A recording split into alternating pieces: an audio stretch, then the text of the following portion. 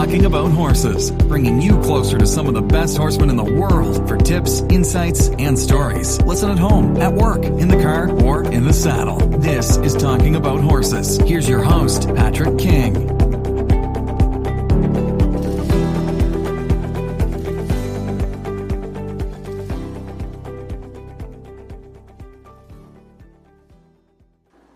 Hey there, gang. Patrick King here, and I want to thank you for tuning in for episode number 34 of Talking About Horses. Today I'm pleased to be joined by Master Saddler Mike Corcoran. Mike, thank you so much for joining us here on Talking About Horses. Thank you, Patrick, for having me on. So this is like a great thing. Oh, thank you. I'm liking it. Thank you. That's awesome. And I've been really looking forward to this chat. And I know when you and I get to talking on the phone, it kind of goes on, and we can can chat for a while. So right. So for the folks out there that haven't heard of you, that don't know who you are, can you give us a little introduction, a little bio, kind of the minute version? Who is Mike Corcoran? Sure. Well, grew up in the horse business. Was very fortunate to grow up. Dad managed a ranch.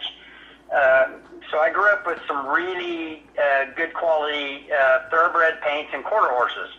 And so I've always been in the horse business. And funny enough, I always really wanted to be a horse trainer. A saddler was not necessarily where I was going to go, but through the years, working with cutting horse trainers, of course, to back up, my dad made me ride an English saddle to work cattle in, because he said, you're going to learn to ride.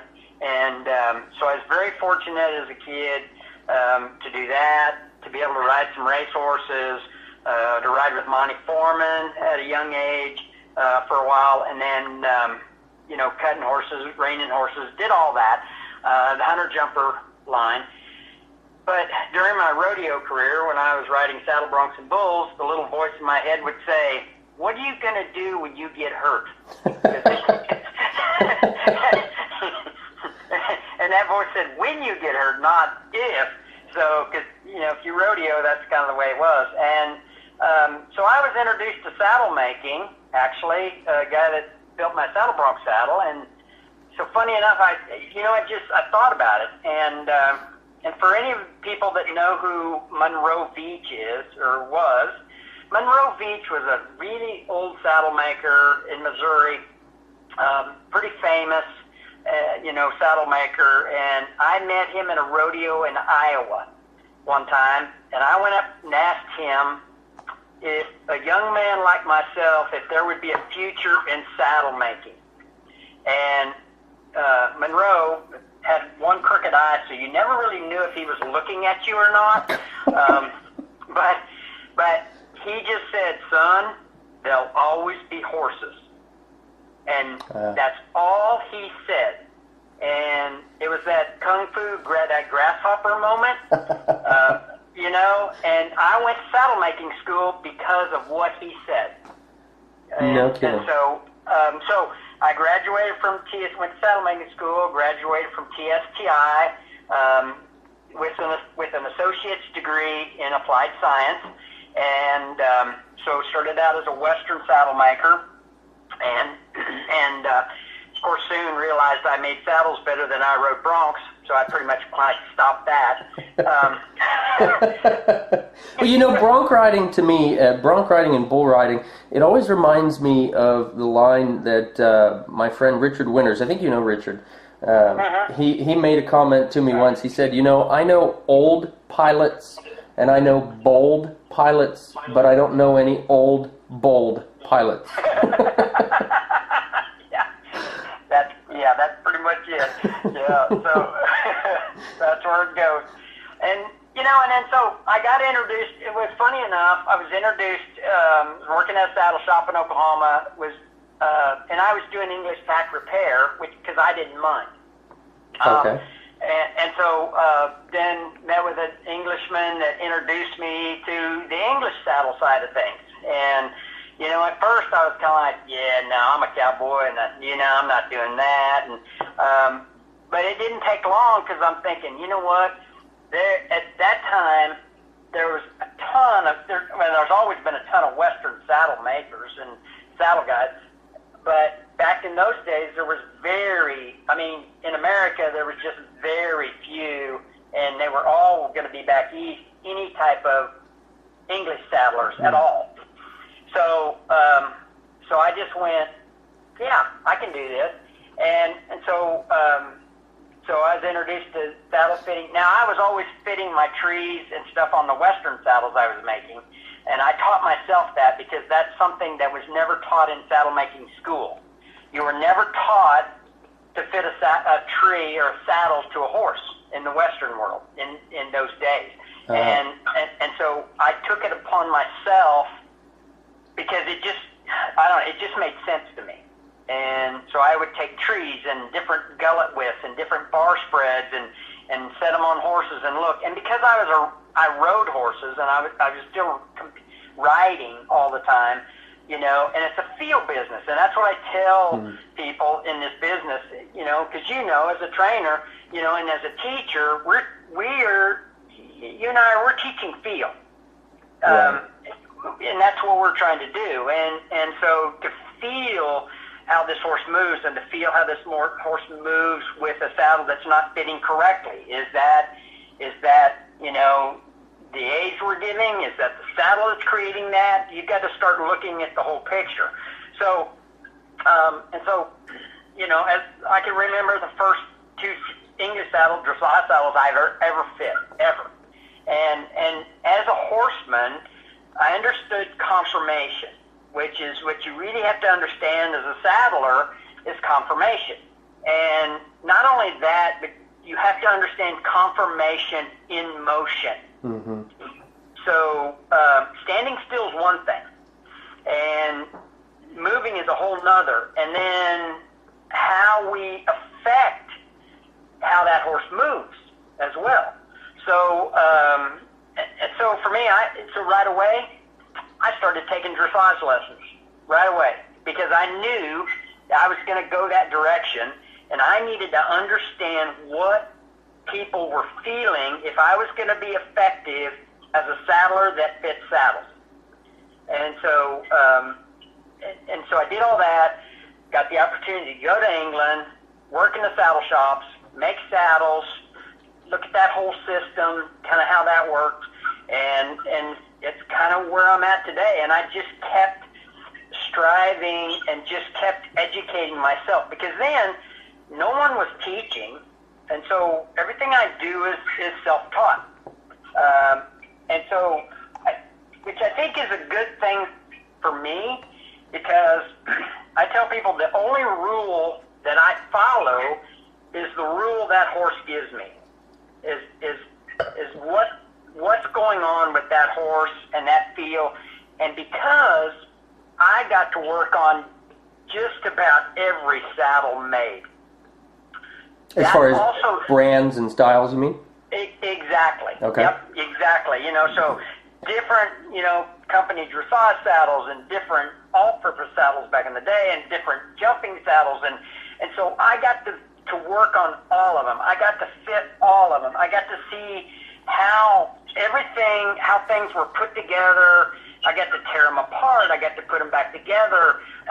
So I got to know the ins and outs of a majority of what's made, which I think really, really helps to understand, you know, what's happening. And so, you know, and why certain trees work and why certain trees don't, and why certain panel systems work and why certain panel systems don't.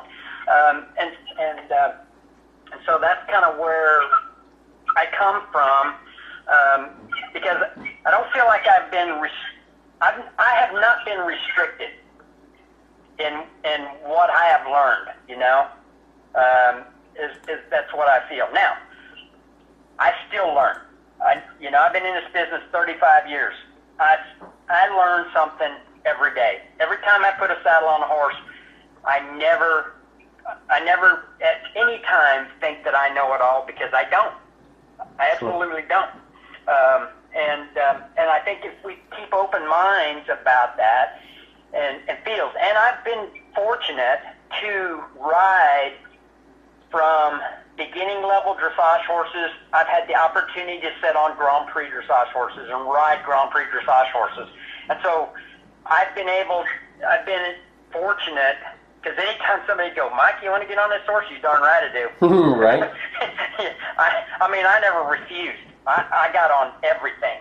And so I remember my first Grand Prix dressage horse, Lady Killer, which was a personal horse, was originally Herbert Rabine's horse. And then a lady bought him, and he came to America. Of course, they had cut him, so he's no longer a stud. Well, I got to ride him. He'd been in the Pan Am Games. Well, this horse, in 1992, this horse was 21 years old. So the lady goes, "Do you want to ride him?" Yeah. I mean, it's kind of like, "Do you want to drive this Ferrari?" Darn right I do. And so what I find interesting is they didn't even ask if I knew how to use a double bridle. She handed me 2 whips, and she goes, "Oh, he's kind of particular about your legs. So if he likes you, he'll work really good. But if he doesn't like the way you feel, you're not going to get anything out of it." And I'm thinking, thanks for the pressure. Thank you for that pressure. And good luck, right? Yeah. But I'll tell you, Patrick, I had an incredible ride. It was the first time I had felt piaffe massage and collected canter. It was the first time that I ever felt a horse with self-carriage. And I have to tell you, and I tell people, because they go, "Wow, what'd that feel like?" I said, it felt like sitting on a bull. It felt like controlled dynamite, and a controlled explosion is what it felt like. And that just got my adrenaline going like you can't even imagine. And all that potential energy.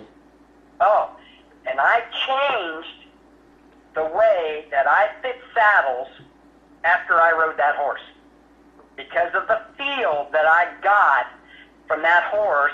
Because there again, when you first learn and you're first doing things on your own, the thing was back in the day is to lift them in the back, lift them in the back, lift them in the back.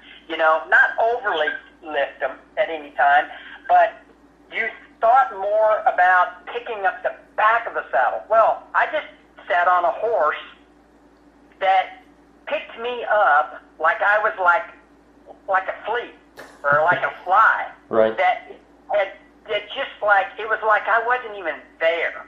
And I just went, and I felt this horse come together like an accordion is the best way I can describe it. He came together, and his withers just like, and of course, there again, you're not supposed to be looking down. You're supposed to be looking forward and your shoulders back. But as a saddler, I'm looking down. Sure, right. I'm feeling this horse come up in front like, oh my gosh, it was incredible. And I just went, I get this. I got it. And so then I started concentrating on flocking more saddles through the middle better, because I was already doing that. But now I'm lifting saddles more in the front than I am in the back. So that's the part that this horse helped you to realize needed to change? Exactly. Yeah. And because there again, and he, and he was in they had his saddle that he was in. It was a German saddle, which it was fine.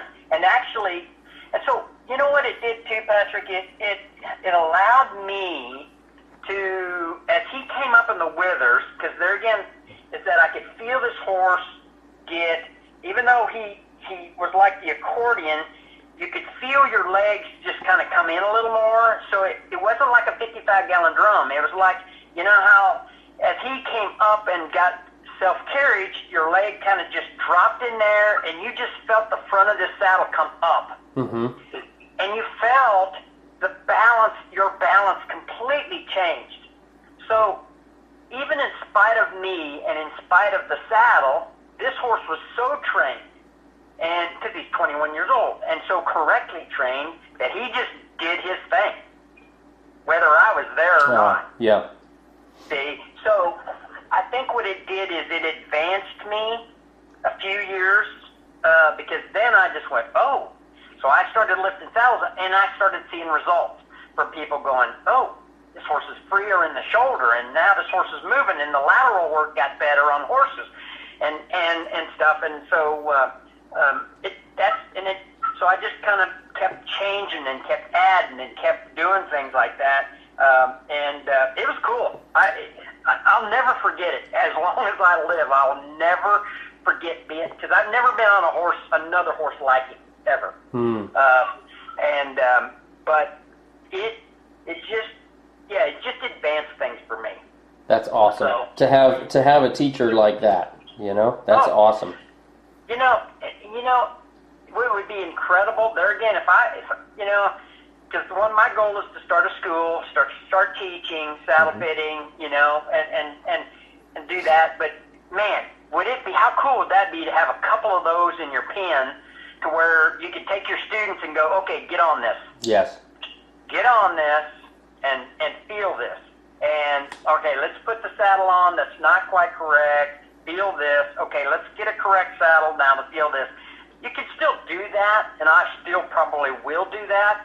I just won't have a horse like that, unfortunately. Sure. But I think I could still reach the goal that I want in my teaching with that, So yes. Because I need to teach the people. I need to be able to teach my students that feel and get the eye for that. That feeling of stuff. So exactly. Well, and it's hard because there, as many lesson barns as there are, in the country, there's very few that have a large number of high school horses, and so there's riders that are aiming for something that potentially they've never even felt. Right. Yeah. So exactly. that's a big reason why we travel to Portugal in the winter and take groups of students with us to ride with, the classical masters over there. Right. To ride those horses, because then then they get the feel, so then they know what they're aiming for when they go home to their horses. Exactly. Yes, and it gives you a striving point. Yes. Gives you a field to strive for, and even though I've got my halflingers, and and I'm doing pretty good with them, and doing pretty good with the horses, and so you kind of start to. Okay, can I get that self-courage? And no, is he going to be like that horse? No, he's not. Right. They're going to be what they're going to be, and you have to also understand that as well, as a rider. You can't take, like my mom and dad's got a minivan. Okay, that minivan is not going to be a drag race car. It's not going to be a NASCAR. Right. It's a minivan, and so you have to understand. You have to just go to the level that horse is capable of, that you're capable of, and that horse is capable of. Mm-hmm. So that's what you have to do. Right. Awesome. Yep. So now you said you started lifting the fronts of the saddles up. Tell me about that. What does that mean? Well, so when you get on a horse, then you really feel the shoulders, and you really see, like on that horse, for example, I could really see, because of how he was built, I could really see how the scapula worked. I could see it moving, and even though the saddle he was in was kind of A-framey, and stuff like that, what I could really see, I could really get a feel and see how much it moved. Now, all horses have a degree of difference, but so what I started to do is because I started to see, I saw saddles that were sitting too low in the front, and stuff, and so as I picked them up, the comments from the riders were, they would just go, wow, where'd that come from?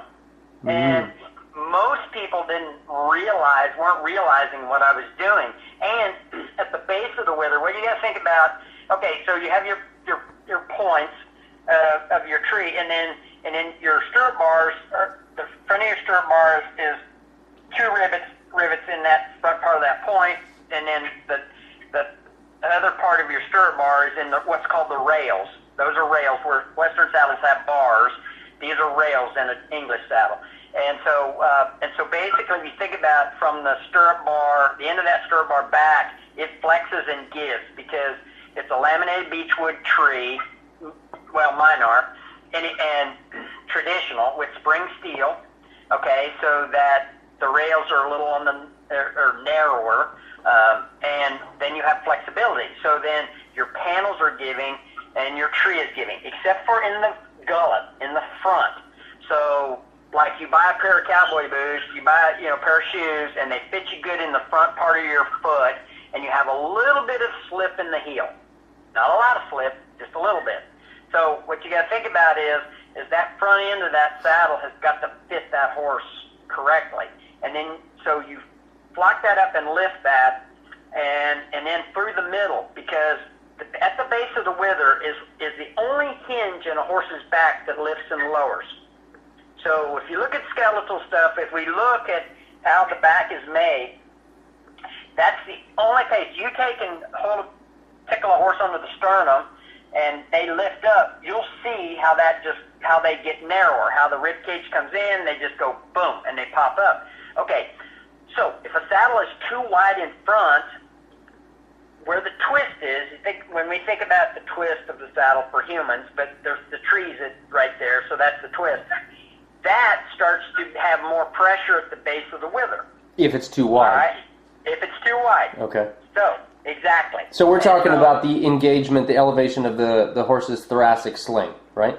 Right. Okay. Exactly. Now, okay, it's not my job as a saddler to assume that you can get your horse's back up or not. That's not my job. See, I'm not, and so I never allow a panel, a saddle to bridge, ever. Because, I fit naturally. That horse is standing there. I fit that horse. I take and I lift that horse's sternum up, and I lift him up to see how much lift this horse is going to give me, how much engagement in the abs, that this horse is going to pick up. It also lets me know where they're at in their training. Because, one of the things too, Patrick, is muscles don't lie. They are either correct or they are not. Right. That's it.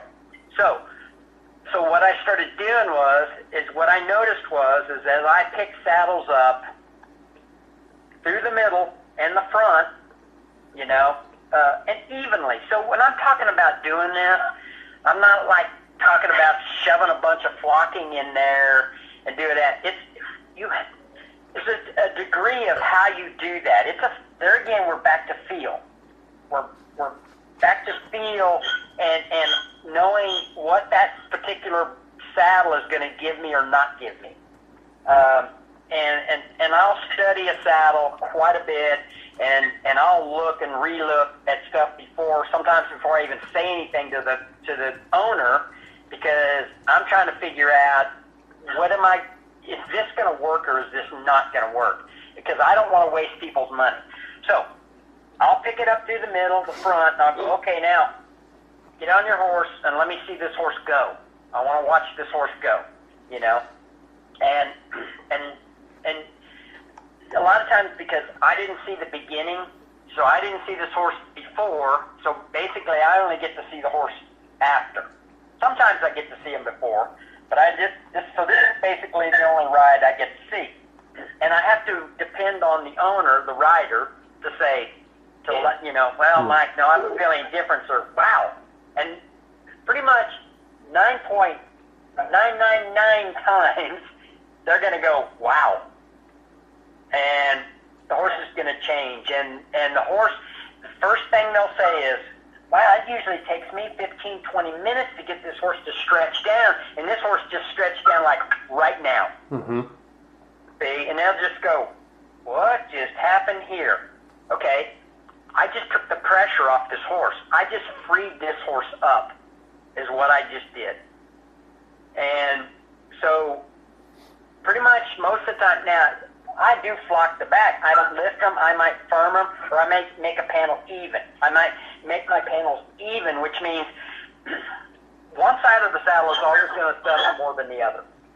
Because horses are crooked, people are crooked, and that's what happens. So the saddle follows what that rider and that horse does. That's the idea.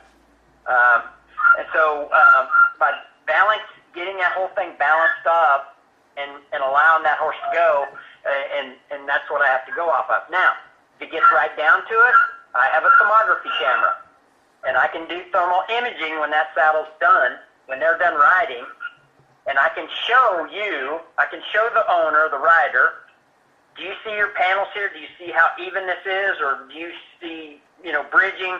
So if I do before and after flockings, which I've done, where I go, okay, just go ahead and get on them and ride them. And then, 15, 20 minutes, generate enough heat, shoot the panel of the saddle, thermography, save, show them that image where it's not even, block the saddle, block it up, set it up correctly. Okay, now get back on it, do it again, take another thermal image in, and then go, here's before I flocked it, and here's after. And I can show people what that looks like. Now, as a rider, they're going to feel it instantly anyway. Mm-hmm. Because that's what the horse is going to do.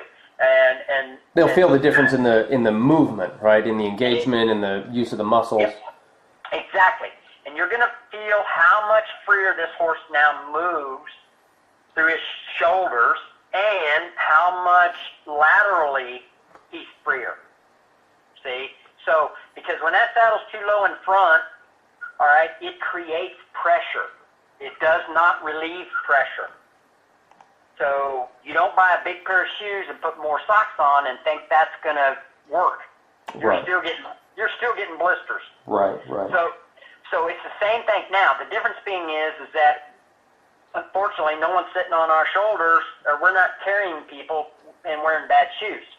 So now we're sitting in that saddle. And the other thing is that when I pick that saddle up in front and I balance that panel, my rider now sits more correctly than they've ever sat.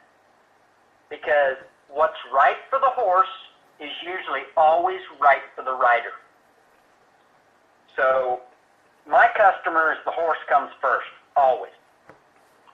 They wear it, we just sit in it. Yes. And so if I have people that are hollow in the back, so if they're hollow, see what happens when the saddle's too low in front, they get too much dip in their back, the rider does, and it feels like they're kind of driving off a steep hill, so they kind of lean back in their seat just a little more. See, so they're leaning back because everything's going down. You pick the saddle up, and all of a sudden now that rider becomes balanced and over their leg. Gotcha. So, that makes perfect sense. And to a degree. So see, you can get into a lot of stuff like the way the seats are webbed or cut back heads. I mean, so you have to look at the whole big picture of this. You can't just fix this and go, okay, here we go. And you got to look at the channel for that horse. Is the channel way too wide where it falls off the muscle? Is it too narrow and now we're putting too much pressure on connective tissue through the spine? So, so we have to be able there. So you have to have the channel has to be correct. The whole balance of that needs to be correct. The tree itself, a banana more shaped tree versus a level tree. Okay, so there again, you're not going to fit a banana to a flat table. Unless you squish it, it's not going to fit. See? And so you cannot take a level-backed horse and try to flock a banana-shaped panel and get it to fit level. Okay. The other thing, too, what I need to step back for a second is, if you step back and you square a horse up as square as possible, natural head carriage, and if you look at that horse, you stand on level ground, all horses, Patrick, all of them, from back to front, their back runs down into the withers. The back does not run up into the withers. The withers can be taller. The withers can be taller than the hips, but you got to look at that line. You got to step back and look at that line of where that back is going into the base of that wither. See, and that's the other thing. That's where people miss that. They go, well, this horse got really tall withers and stuff. I don't care. Don't care. That's not what I'm not even looking at that. What I'm looking at in that moment, at least. Yeah, I'll say, now, do you see this right here? See that? Oh, because my horse is not downhill. Okay, That's not what I'm saying. Is look at how the back runs. Look at that. You know, look at how that works now. And then I'll take and tickle him under the sternum and pick him up and go, now look at that. Oh, so if you get true self-carriage and you get this horse to carry himself correctly, do you see how that line changes? Oh, and you ride horses where I love dressage. I tell you, Patrick, I'm a dressage fanatic when done correctly. I love it. I think it's the bee's knees of everything when done correctly. But so you can actually have a horse grow in the front end. I'm sure you've seen that where horses just get taller, and the more correct you do, the taller. You know, well, they get to a certain point. I mean, it's not like you're not going to take a 14-hand horse and make him 17 hands. I'm not saying that. But you can take a downhill dark bar quarter horse and make him look more balanced by riding correct dressage, even though they hate it, because I had one of those. You know, they're kind of like, dude, really? Well, it's hard work. It's hard work for them to do that. Exactly. And so see, so those are the things as a rider and as a saddler that I look at constantly. And I feel as well as a rider, as I feel those things. So I think that's what helps me be able to do and fit the saddles the way I fit saddles, and to educate myself the way I have, you know. And that's kind of what I'm after. Gotcha. So that poses the question then for me, when we're talking about collection, I talk to riders quite a bit about the difference between conformation and anatomy. Yeah. Right? Conformation being more postural, anatomy being, but we talk about it as anatomy is the pieces they're made with, conformation is the use of those pieces. So when you're talking about saddle fitting, how do I'm assuming, and I know just from the work that you and I have done together, that we have to take into account not only the anatomy, but also the conformation. How do you go about doing that? How do you go about fitting a saddle to a horse that maybe currently right now is not using his body properly? Are you fitting the saddle to that body, or are you fitting the saddle to more of the ideal use of his body? How do you make those determinations? How do you do that? I fit the horse that's there and now. Okay. I fit what is there, because that's what you have to. Because if I were to try to fit I would have to assume which direction this rider is going to take this horse. Yeah. See? So, and I don't know. So I have to fit what's there now. So, for example, all right, so a trainer I work with down in Houston, so she had a lady show up, had an Arabian, not big, he's 15'2", not big horse, but he was heavy. He was heavy, his muscling, his neck was upside down, he was just upside down. So she buys a saddle from me, all right? I put this horse on a wide tree, because that's what fit him now. I put a medium wide on him, and I just went, okay, this is not going to work, It wasn't wide enough. Right. Okay. And I know this trainer, and if this woman sticks with this trainer, I know where this horse is going to go. Now, I don't have the crystal ball, and anything could happen, injuries, whatever. There could be things. So, but I'm going to tell you, and I'm down there at this barn probably every 3 to 4 months. So this lady's with this trainer now a year and a half. Now, within a year, I'm having to flock more through the front and the middle to really lift this saddle up, because this horse, his posture has completely changed. See? Gotcha. And so, and these people, they pay a lot of money for the saddle, and now that she's had it just a little over a year, but finally, I just come to the point, I said, you know what, I can't fit this saddle anymore. What do you mean you can't fit this saddle anymore? I said, this horse is too correct in his muscling, and he's gotten better and better, and so I put a medium wide on him. I mean, it fit him. It was awesome. So I said, okay, let's put the medium wide on. And then I'm there, take your lesson, ride the horse. Let's just see. Well, I mean, the horse was going good. Now this horse just went even better. Awesome. So, and to this day, which has been now, oh gosh, what is this, probably 6, 7 years, 8, somewhere in there, he's still in that medium wide. No kidding. So he's still there. Now, and see there again, so here's the thing, is I tell people, and I've done it, Patrick, time after time after time, is that I've had to fit horses in a wider saddle than I had to fit them what was correct then and there. Yes. But there again, when training was correct, I've had to pull those saddles, take that saddle away, and put them in a narrower tree. Mm-hmm. And every time, when a horse is ridden correctly, Patrick, you never have to put a wider saddle on them. Not ever.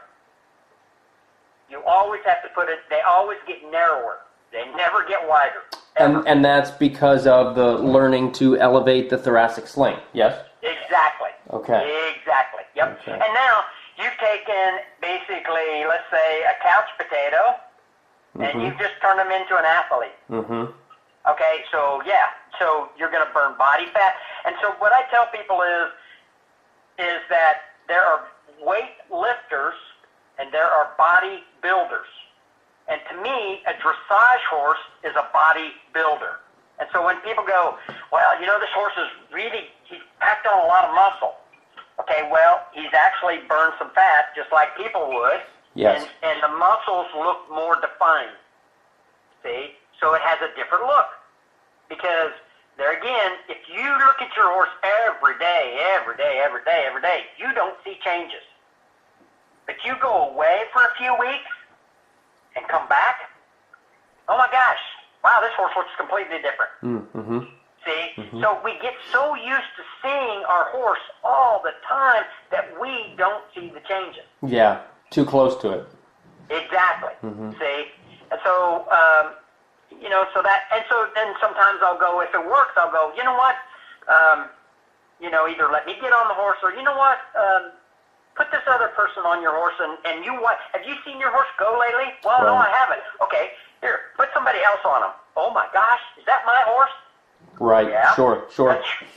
See, so that's the other education that I do with all that, and but I've never, ever had to put a wider tree on a horse. Not ever. As it was getting more fit. Exactly. Yes. Gotcha. Well, and that makes perfect sense. I talk about it with students, and I know I've heard you talk about it, is that we are our horse's fitness coach, right?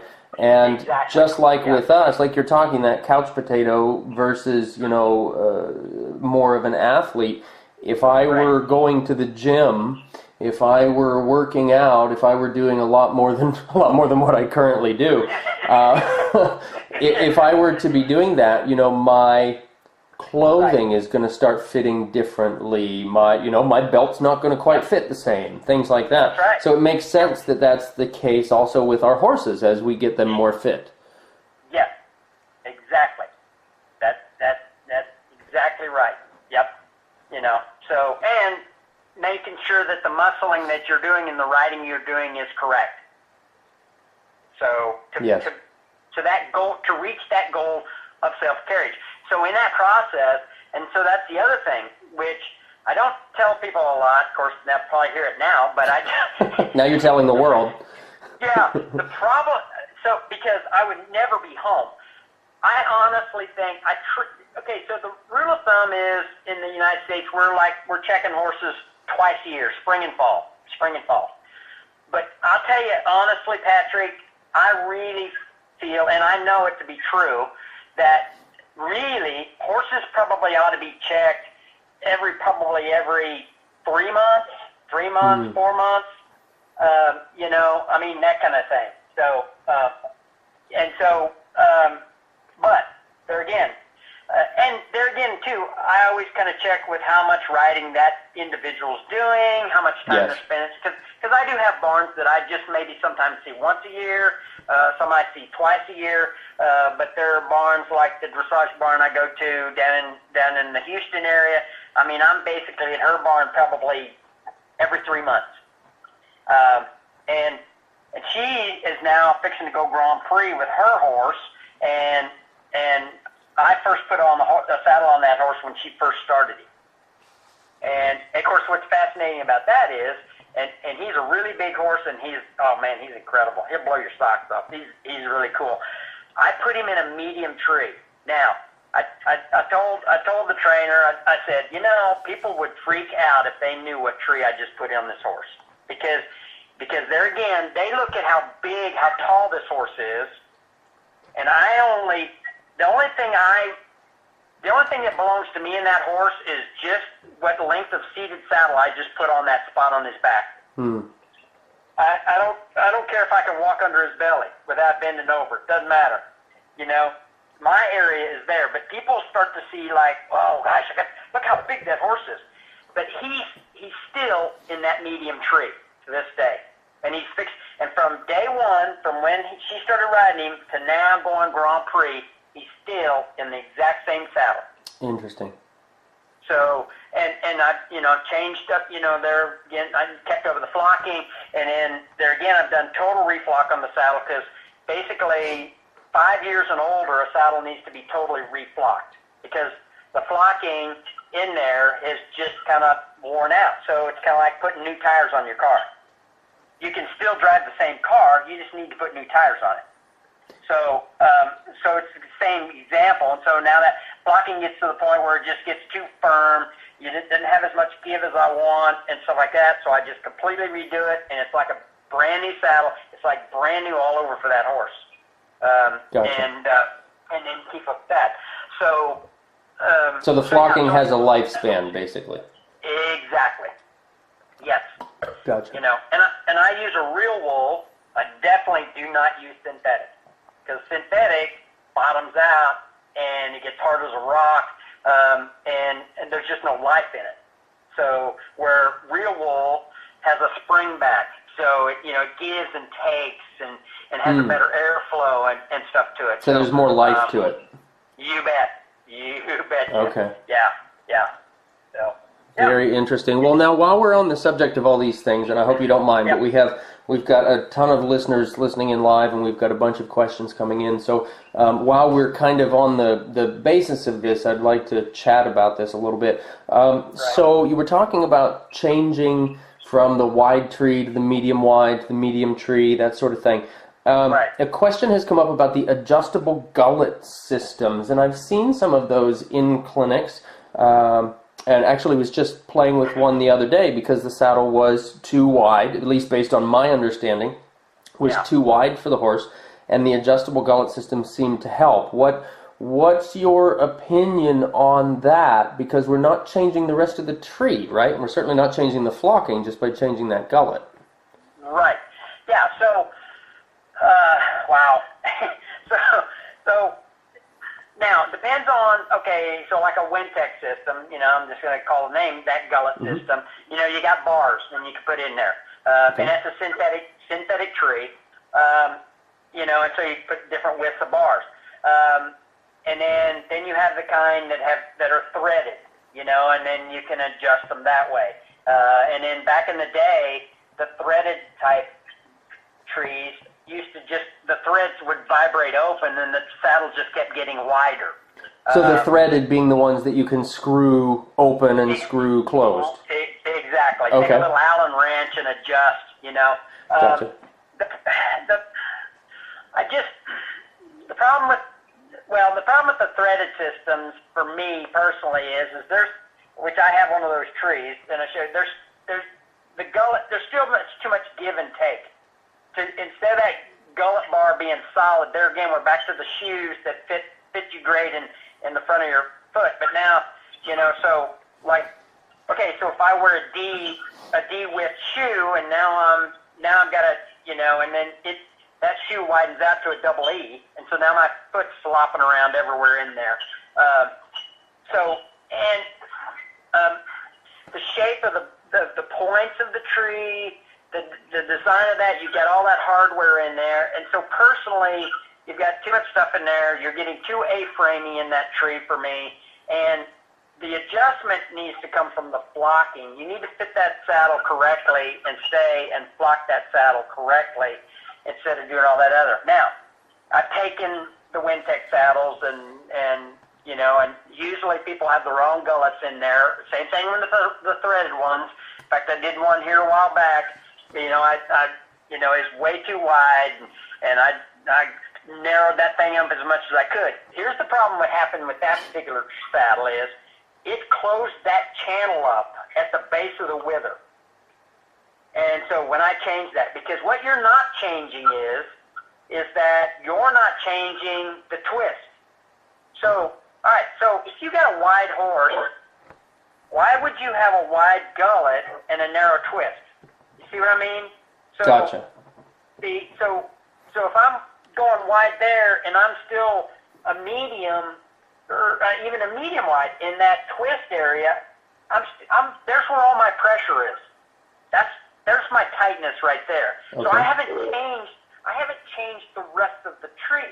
I've only just changed the front part of it, and not the rest of it. So I have a problem with that. Plus, the way the channel system is on some of these saddles is if you collapse that up or even close it up, I mean, you're creating pressure there as well. So when I did that saddle for that lady, I mean, I told her, I just went, okay, I'm going to do this, but I'm just telling you right now. And I made her stick her hand in there and feel it, because and I should have just walked away from it, but they were kind of like, it was one of those desperate things, and so I did it. Now, did the horse feel better for a while because of it? Yes, he did. The horse liked it, but there again, it's like a Band-Aid. You don't wear Band-Aids forever. So that's a temporary thing. So I'm one of those that you need to get the right gullet, right panel system, flock it correctly, and and stay away from that stuff. And I've just like the Wintec, I've adjusted them, and back when they were flockable, I used to flock them, set them up better. But if you, I don't know, that gets a little touchy through there. But and usually I use a sheepskin half pad, and so there just wasn't enough panels. There's not enough weight bearing. Everything's just too A-framing. So it's not maybe a terrible idea. It's just not complete. Is that kind of what I'm hearing? Right. Because the whole system potentially isn't adjusting as it would need right. to. Okay. Yeah, it's kind of like turning people loose and them trying to be their own mechanic. Yeah. Okay. Okay. So because there again, they don't understand the conformation of their horse and what's going on. And I'm gonna tell you, Patrick, the big thing is, everybody's fitting saddles too wide because they think that frees up shoulders, and it does not. I don't care how you slice and dice that, dude. It doesn't. It creates pressure. It always creates pressure. Sure. And it's always going to create pressure, and it's always going to be a problem. Saddles have to be fit correctly. Yeah. And I don't care whose name's on the saddle, as long as it fits correctly. So these ones that we're talking about, maybe aren't great for adjustability as much as maybe they seem or they say. But if they just happen to be, if they fit your horse, they fit your horse. So it's not the bad. Right. It's not bad by nature. It just might not be the right fit. Yes, and I can tell you every time that I've looked at one, I've had to narrow it up. Every single time. Interesting. Not one time have I ever had to widen one. Interesting. Okay, so now then I'm gonna maybe I'll poke the bear a little bit here. What about we see these flexible trees and even the treeless saddles? I guess let's think about the flexible tree. Maybe what are we seeing with that? What are we looking at? Okay, the whole purpose of a correctly fitting saddle with the correct tree is to distribute weight evenly throughout that horse's back. Okay? So whatever you weigh, whatever you are, that saddle fits that horse balanced and correct. So that whatever, if you're 150 pounds, 160 pounds, 110 pounds, doesn't matter. It's correct. You get a flexible tree, you're not distributing any weight. You're whatever you weigh right there. So you might as well be riding a broken tree saddle, because that's what it is. Because of the flexibility, it's going to be isolated right over the spot where you are. Exactly. Okay. Yeah, exactly. And in a treeless saddle, and yeah, there'll be people. But the thing about that is the spine was never designed to sit on. And yes. I do not care what kind of channel system they think they're going to put in there. It doesn't work that way. And when you girth that, the worst thing they ever did was put stirrups on a bareback pad. Because then people started sitting on the horse. We all rode bareback as kids. Right. We did. We all did it. We all rode bareback. Right. But it's not like but we were playing. We weren't training, and we weren't on them forever, Right. Well, and the stirrups being on there, that gives you something to kind of brace against. It's just going to drive down deeper into the horse's back, yeah? Exactly, yes. Now, also think about this. When you girth that saddle down, you're pulling those webs into that horse's rib cage. Yes. So that's the other thing you're doing. And listen, I've done thermography one time. I just happened to be at this barn. This lady got off this treeless saddle, and I thought, well, this is interesting. So they had pulled the saddle off, so I just kind of stuck my camera in there, and I shot a picture of the horse's side. Okay, number one, the spine on a thermography camera, white is the hottest. Okay. All right, the color white, and then you go red, and you kind of go yellow, and and on down to blue, and then black is like, dead. That's like. So you hope not to see that one for sure. Yeah, you don't want to see that. So anyway, so the spine was white hot. White hot. But the most interesting, and I still have this picture, the most interesting thing is the complete outline of this woman's thigh was on that horse's rib cage. Sure, because there's no pressure disbursement. Yeah, and she was gripping. She was hanging on. So what happened, and it was on a dressage horse. Okay. So can you imagine? Her deal, that particular person was hanging on, not riding the horse, and not being balanced, and not supporting that horse, but hanging onto that horse. So, it's just not a good idea. No matter what you weigh, it doesn't matter. Sure. There again, I don't care what you do. You've got to distribute weight evenly throughout the panel system from front to back, and it has to be balanced.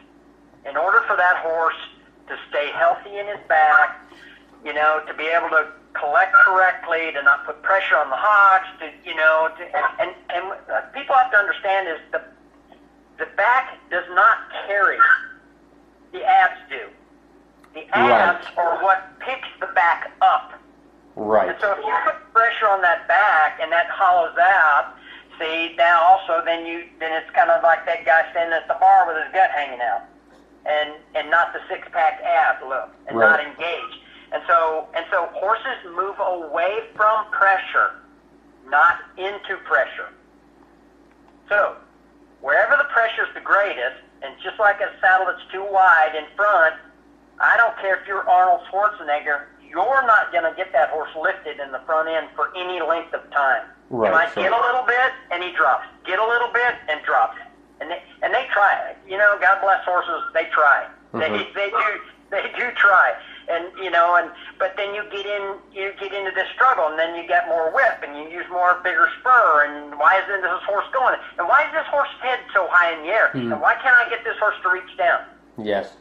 Why are we having problems with throughness and roundness and engagement and suspension? That's it. That is it. Yeah. And it's the tack we use, it's the saddles we use, and every single time you fit a horse correctly, boom. And so, which leads me to, a friend of mine, Dr. Michael Guarini, and then Christy DiCola, friends of mine, and Michael, and then Christy is a musculoskeletal lady who's really, really good. This girl's like phenomenal. But I pulled them together, and we did a saddle fit study in California, in San Luis Obispo in 2016. And we, together, the three of us, scientifically proved how saddle fit affects a horse's gait. And we have numbers. We have actual, because my veterinary friends, Dr. Walt Smith being one of them, he's kind of like, he's always, Mike, saddle fitting needs to be more science. And I go, no, Doc, saddle fit is feel. Well, it needs, because veterinarians think science. That's what they do. Sure. All right? So, and by using the phonography camera, because he's the one that got me doing that, it was bringing science to the art of saddle fit. So, because I look at saddle fit, there is a feel and as an art. So I've done the scientific thing. So we did it. We did 20 horses. We did 10 English horses and 10 Western horses in a very controlled setup. We established a baseline, and then I coned a 20-meter circle, and I coned it inside and out. So By coned it, you mean you set the barrier so they couldn't ride off track, basically. Exactly. Okay. Because of some of the riders were barrel racers and stuff like that, and not everybody's used to riding a 20-meter circle. Gotcha. But and that way too, that each horse was consistently basically in that same spot in that 20-meter circle. Gotcha. See? So to make this as scientific as I possibly could. You know what I mean? And and so we did is I put we let them saddle the horses with their saddles and their pads. I didn't say anything. I just said saddle up and ride. And we did left. We went to the left first, the right second, but we did rising trot and sitting trot left, rising trot, sitting trot right. Enough for this machine, this thing that we were using to read all of this. And we videoed everything. I mean, we got it all on video, and isomatography, everything. So what was way cool was the English saddles that I could flock and set up, I did. If the trees were too wide, then I put them in a saddle that fit the horse correctly. All right? Okay. And then had them do it again. And I'll tell you, Patrick, when I get these videos out, it's going to just the videos alone are going to blow people's minds, because every horse was on the forehand in the saddles they were in.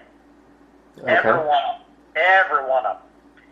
And what was really, really cool, and you know what, and I think everyone that did the study, that rode in the study, I think every one of them, they all did a great job.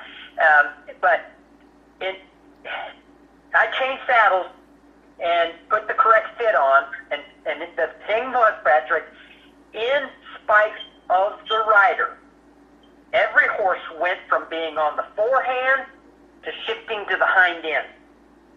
Wow. So in spite of the rider, you're saying the rider didn't change what they were doing, how they were riding, what they were asking. Exactly. Okay. Wow. Now, what I found interesting is because most of the horses were used to being on the forehand, what we did find is that now the horses were so not used to being on the hind end, they were weak. And that's sure. And all that shows up in the video. I mean, so I got to get that stuff out, because I'm telling you, just that alone just blows you away. I mean, and to me, of course, it's stuff I see all the time. See, it's stuff Yes. I see all the time, but Mike and Christy had not really been exposed to that much saddle fitting, you know. Okay. I mean, and they were like, "Oh my gosh!" So I'm telling you, so there it is, and I want to do more. So I want to do more of that because that, I think scientifically that it needs to be done to really show people how important saddle fit, correct saddle fit is. Well, I like how you said it, you know, bringing science to the art of saddle fitting. Right. Yeah. Exactly. That makes perfect sense. So there's been a question pop in a couple times now, and I want to make sure that we touch on it. We were talking about the difference between the natural flocking versus the synthetic flocking, and when we were talking about the changeable trees and gullets and things like that. The question came up about the air flocked saddles, and that's something I'm not too familiar with. I've seen a couple of them, but what is that? What are we looking at right there? Well, so, oh man, I think it was in, late 90s, early 2000s, I think. I'm not exactly sure, but so there was a system that came out with these basically air, originally that's what came out, these air panels, and they had them to where you could, you know, like your tire, you could add air or you know, take air out. You just pump them up like a bike tire? Yeah, you could. Yeah. Wow. And they were separate pillows. I'll have to call them pillows, but you know, you had a front one, so they had them shades, and they had the back one, but they still had to have flocking in certain areas because they didn't quite fit in the panels quite right. But here's the thing: air bounces. Air does not absorb. Basketballs bounce. Your car, the reason we have shocks on our vehicles is because when you hit a hole, bang. I mean, it just like bottoms out. So air panels on a horse's back is like, it's kind of like walking on a waterbed. You know, you get that floaty feel. It's just kind of like, whoa. And so the problem being is that as a rider, you're all over the place. Your legs are, you know, if you video people on air panels, their legs are everywhere, and that saddle's bouncing. And so what people have to understand is horses, because they think completely different than we do, is that they move if they think something feels like it's coming off or it's really exaggerated in the move, they are going to hold themselves differently in their movement to kind of keep things on. Unless you just get a bronc and he throws you off and that's it. But most of the time... You're hoping you're not fitting to that. Yeah, right. So the problem with air is it, and it's front to back. That saddle's constantly moving. And if you try to put more air in it, then it makes it hard. So now if you put enough air to where you don't have bounce, okay, now you got concrete. Because now that dude's hard. Yep. See? All right? So that's the problem. And you lose contact with the horse. And so it starts to kind of phase out and, you know, some of that stuff. And it, quite frankly, with thermography is really bad. So the proof is in the pictures. Right. And I used to, and back in the day, I would, you know, people, you know, they'd get that and they'd spend a bunch of money on these saddles, and then they just have all these problems, and they'd come to me and go, "What can we do?" And I went, "Well, we can pull those things out of there, and we can flock it with wool." And they'd go, "Okay." And so I'd pull them out, and I'd flock them with wool, and that horse would change completely the way they moved. They just, people would, every time they'd go, "Oh, wow, oh, man, that feels so much better," you know, and if most of the horses were Mr. Ed, they'd have went, "Thank you, Mike," you know, I mean, so, I mean, seriously, because they, you know, and so I used to have a pile of those things, and I finally had so many, I finally threw them in the dumpster, but, and in fact, I think I still have a couple. I still have some, just to show kind of what, you know, what's kind of evolved, but but yeah, I used to jerk them out of there and block them with wool, and everything got better. So air, and so it's one of those things like, yeah, so if you sleep on a number bed and stuff like that, which I have, okay, that's fine, but guess what? Unless there's an earthquake in Texas, that bed's not moving. See? So, but when you have a horse, when you sandwich something like that between a horse and a rider, yes, it's moving the opposite direction of what you're trying to do, and it's moving. It's too much. So it's dynamic in opposition to the movement because of the compression of the air, basically. Right. In the spots where there's pressure, there's going to be compression. So that kind of brings me to the thought of a lot of the saddle pads that we see out there, the ones that fill with air, the honeycomb kind of deal, or the one that I've always found interesting is the memory foam ones. And the challenge I've always seen with them, and you can confirm or deny this, but the idea behind those to me seems flawed in that the memory foam is going to compress where there's pressure, or where there's too much pressure. Similarly with the air, where really you'd think that you'd want that to not be doing that. Right. Exactly. Yeah. Well, that's what I just remember too. Briefly in the air, you take a balloon and you squeeze it. The air doesn't stay where you just squeezed it. Either it went one direction or the other. Right. Same thing. So same thing on all these pads is that because the lack of education of fitting and the lack of people to do it properly, then you got to hit the market of pads galore, because now you got people that the one thing I want to make clear about this whole saddle business and pad business, I do not think that anyone in this business intentionally means to do harm to horses. I don't.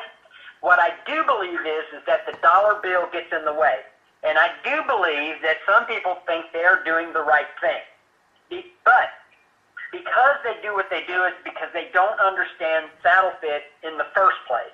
And they don't understand, and so people think, well, it works for humans, why doesn't it work for them? Okay, well, that's, there again, it doesn't work for all humans, but we have the sense to, if we don't feel like wearing that day, we don't wear it.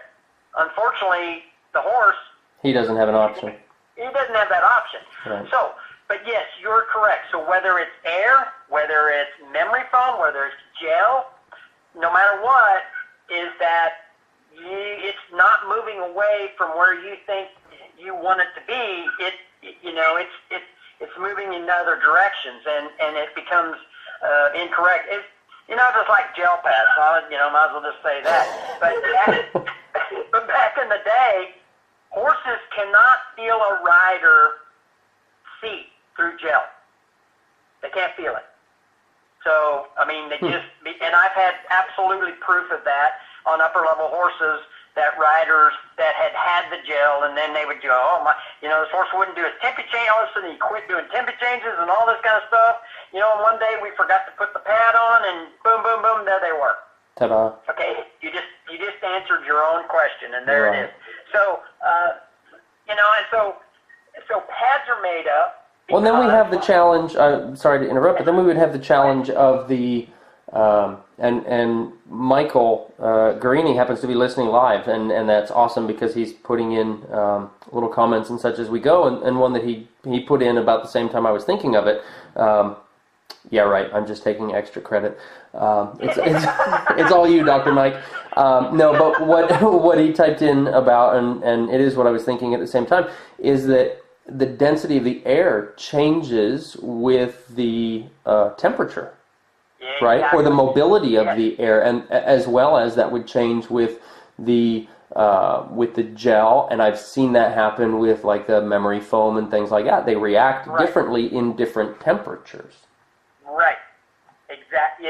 That's exactly right. Yeah. And that's the other problem. So of what goes on with that stuff. So yeah, no doubt.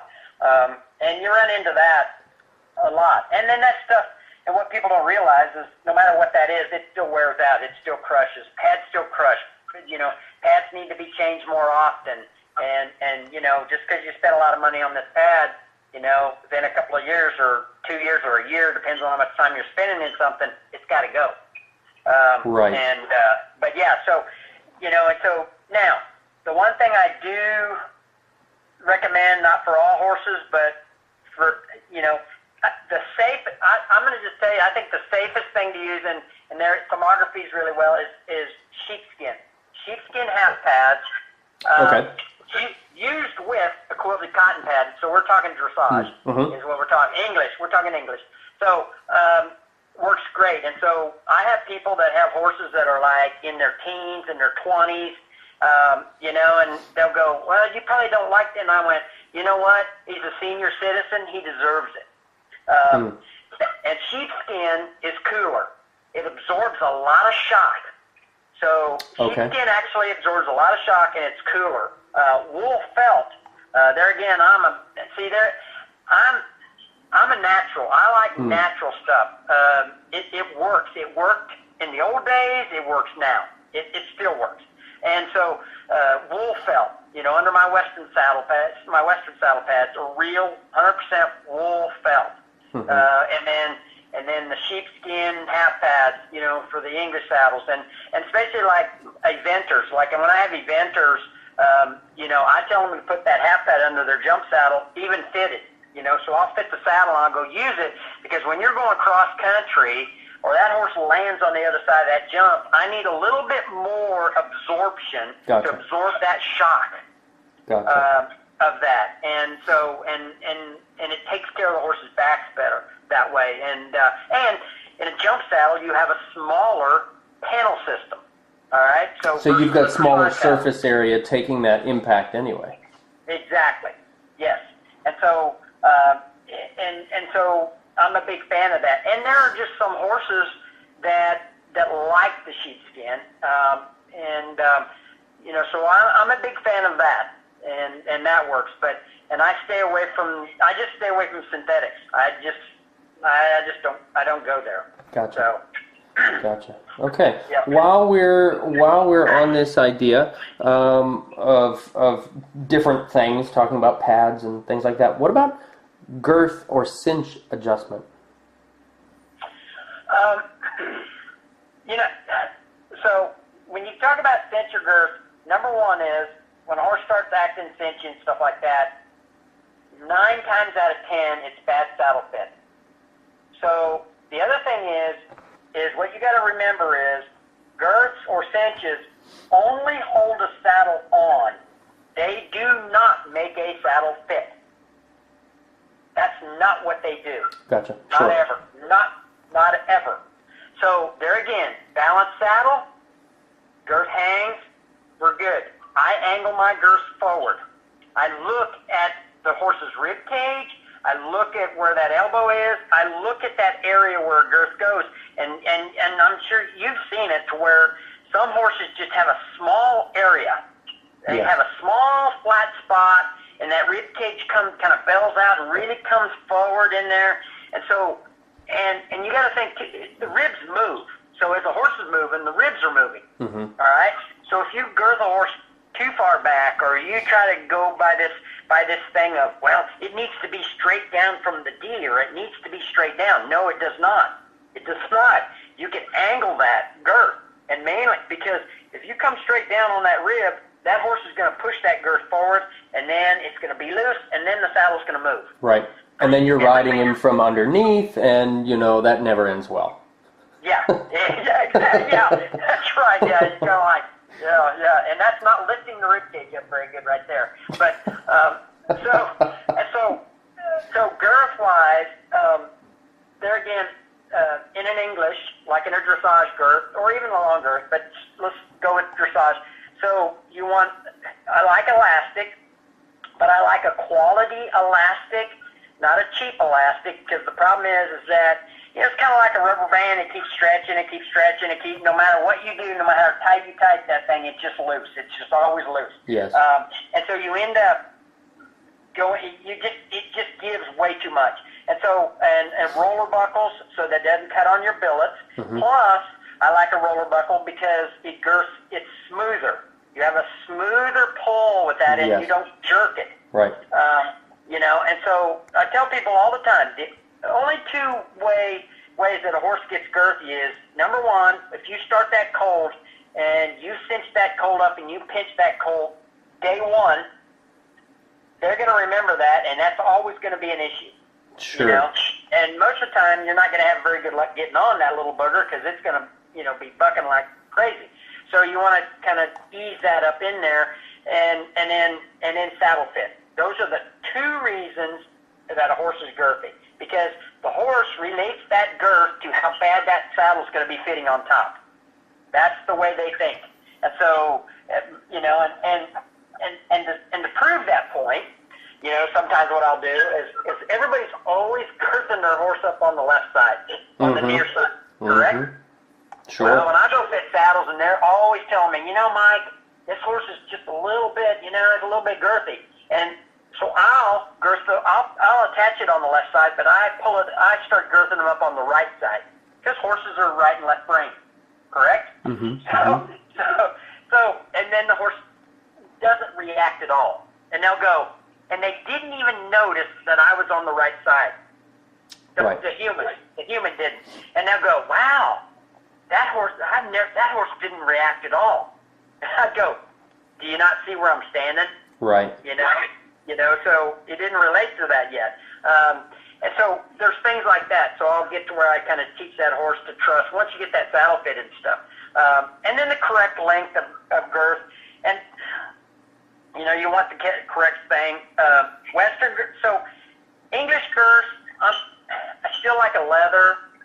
There are some mohair girths out there. I'm not a big fan of too many synthetic girths. You have to be careful of those because there again, thermography-wise, there's a tremendous amount of heat, a lot of friction. Yes. There's a lot of friction. So we're a good leather girth with a little bit of give, you know, on an English saddle. That's always good. Roller buckles, nice and smooth. Western saddle, I'm a mohair guy all day long, or anything natural. So yes. There again, no rubber girths, no nylon latigos at all. Right. Because you got to think about a horse breathing. They got to give and take in the breathing. And if you have nylon on them, and see, and I can remember, this is how old I am. I remember in the 70s when nylon latigos first came out. And I was riding colts for a guy, and so I thought, wow, okay, nylon, you know. So I bought, you know, near side, off side, flat nylon latigos. I remember they were like yellow or something. But anyway, yeah. And I'm starting colt. I saddle up my first colt with my brand new nylon latigos. Holy mackerel! I mean, that dude, you know, I mean, and I would always leave a horse a little loose, and that horse went to pitching, and because they started to swell up, you know, with the way they were bucking, it got tighter and tighter. And this horse got to bucking, and this is before I got on the horse, see? So, thank goodness. And I'm thinking, really? Wow, that's just crazy. And so, you know, on my own, I went, okay, so I pulled them off, and I put my leather ones back on, and now I had to really talk to this horse. Right. Snugged him back up with that leather and led him around. That horse never bucked. Not one time. Not one time. And I stepped up on that little dude and rode him, and I went, so that brand new set of latigos, I threw them in the trash can. Yeah. And so I've been there, done that. And that's also helps in my experiences of what I do with my saddle fitting and as a rider, and you know, because I've done everything that everybody else has done.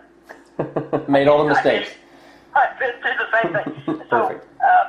So those kind of things are, you know, the mohair, there again, very important. But the biggest thing is, and then too, there's a nerve. There's kind of a nerve that runs, you know, on horses, and you'll see pictures on the internet or on Facebook, and actually some of them that I see on Facebook or like I've seen on the internet, they actually are showing them too high, and it's actually a lot lower. Right. I've seen that graphic that you're talking about where they drew it on, like photoshopped it. And yet, what I find interesting is you can actually see that. I think they were talking about a vein in that case. Yes. But you can actually see the vein in the photos significantly lower than where they drew them on the picture. Right. Yeah. Well, exactly. So and so you want your cinch buckles above that, you know. And so there again, you don't want to be. You got to figure out a nice balance, a nice length. The problem I see is everybody's buying way too long a cinch. Yes. Way too long. And when you girth up, you're getting way too close. So Western-wise, we're talking now. Mm-hmm. We're getting too close to our girth ring. You know. So there's got to be a good gap in there. You know, a nice balance. Otherwise, you end up with a wadded ball of latigo. Yes. And then you do run the risk, the way I understand it, of coming right on those crosses of the muscles in their connections, right? Yes. Which can certainly be a challenge. I know the question that comes up often, and it's popped up here with our live viewers, is about the neoprene cinches or the neoprene girths. And I know myself personally, I used to use them a lot. A big part of my business when I was starting out was starting young horses and troubled horses under saddle, and I started, a couple thousand in 10 or 15 years. And starting out, I used to use the neoprene cinches or the neoprene girths because they seemed so much easier to clean at the end of the day, disinfect them in between each horse, things like that. But what I found in western Pennsylvania, at least, with the heat and the humidity through the summer, I found that they would burn. They would gall a lot of the young horses that I was riding. Not all of them, but a lot of them. Right. Yeah, exactly. When I switched to mohair, I never had that issue. Right, exactly. Yeah, and you can clean your mohair. I mean, in fact, I used to, when I was riding colts, I used to disinfect them. I used to use a pine saw, because I carried like 4 or 5 cinches. A girth, and so I was constantly rotating. And it's funny. It's not. No one taught me that. I don't know. It may come from my mom because she's just a lot neater and cleaner, and so I just thought it just made sense to me. And so some of the cowboy guys that make fun of me, but I like you. When I did that, I never soared a horse up. Right. So yeah, but. Very interesting. So, and the neoprene tends to grab hair. I think it grabs too much hair as well. Yeah, that makes sense. And I wonder if that was what some of the galling was that I would experience in those days. So the question here has come up a couple times also, and it's one that I hear in clinics fairly frequently when we talk about saddle fitting. The questions pop up about gaited horses. Do you have a lot of experience fitting gaited horses? I have fit, some gaited horses and been on just a few, just to kind of get a feel for them, Pasafinos, and some foxtrotters, things like that back in the day. Gotcha. And those horses, their anatomy is completely different, right? Their spines are completely... Right. I'm playing devil's advocate and poking the bear here because I kind of think that's a bunch of BS. They're born with a similar skeleton, the same skeleton as every other horse. But the idea is that to make them gait, you have to fit them differently, even though the brochure for the breed says they're naturally gaited. Oh, you read the brochure, do you? Maybe I'm poking the bear a little too hard there. No. Well, and mules, and I made saddles for mules too. So, so the thing about, so there again, Patrick, it's correct saddle fit. It's all about correct saddle fit, and there again, you're looking at the conformation, and so they're not a difficult horse to fit. You just the right tree width and correct, and sometimes the majority of them are pretty level through the back. Some of them are a little dropped in the back a little bit, but you have to fit accordingly. But But they're, again, gated-wise, yeah, you want them to be able to move the shoulders and then be able to have some swing in their back when they're moving, and because they just move a little bit different. There again, if as long as you don't have a saddle that's too wide and creating pressure through the front end, then they're going to move a lot freer. And if you're sitting there balanced because the saddle's correctly, then it frees the horse up. So that's. I think that's a big key to it also, is the sitting there balanced part, rather than the legs shoved out there in front of the rider in that kind of chair seat position that you unfortunately you still see taught, even though we kind of know, we again, going back into the science of things, we know that that's wrong to be in that position for the horse's entire body. Right.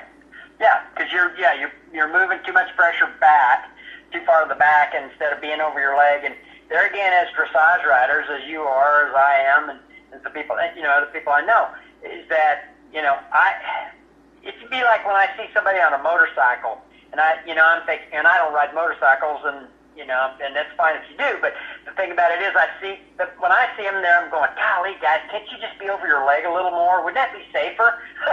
So as a rider, I want to, everything I'm on, I want to be over my leg. So if that horse trips or spooks or whatever it does, I'm there instead of trying to catch up. Yes. If they lunge, if I'm already sitting to the back and that horse takes a lunge or something, the problem is now I'm already out the back door instead of being able to just be right there and responsive to that movement that horse just made. So, and that's the way I think, and that's the way I fit saddles to be balanced, and try to help horse and rider out both. Mm-hmm. So basically, we're talking that the saddle has to fit in the same place on a gaited horse as it would fit on a warm blood or a quarter horse or a thoroughbred or whatever you have. Not the idea of shoving it ridiculously far down their back, or not forward over their withers or anything like that. Should fit in the same, essentially within the same area as any other horse. Yes. Yeah. Exactly. Perfect. Yeah. I just wouldn't. Yeah, I wouldn't be any different. And like I said, I like Pasafinos, which are pretty cool. That was kind of fun. That was fun to get on. You kind of like. And I remember the first time I got on one, okay, now try not to help the horse. Don't just sit there. Okay. Yep. And then they just kind of like, do. Now it's kind of like, wow, that's way cool. Right. Yep. Just sit there and stay out of his way. I've got a couple different Pasafino barns that I teach clinics at every year, and they're pretty cool. I keep telling them if they make a 16-hand model, I'll be a Pasafino owner.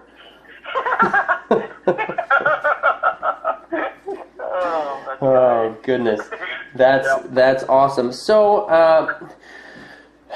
when it comes down to it, we can talk about saddle fitting all day, and we can talk about the science behind it and things like that. What about me, as an average rider, an average owner, checking a saddle for fit? What are some of the things I need to be looking at? What are some of the things I need to think about? All right, what I have people do is a lot of time, most of the time, because I can't be everywhere, unfortunately. Star Trek, there's not a beam me up. You haven't figured that science out yet? Yeah, no. And anyway, so what I have people do is I'll say, because in the process of, sending me pictures, is that I'll say, okay, I want side shots of the horse with no saddle, left side, right side. Those are the main two shots. Number one, I need to see what's going on, but I'm hoping that it has that horse owner look at that horse differently. See, because now I'm making them aware of stuff.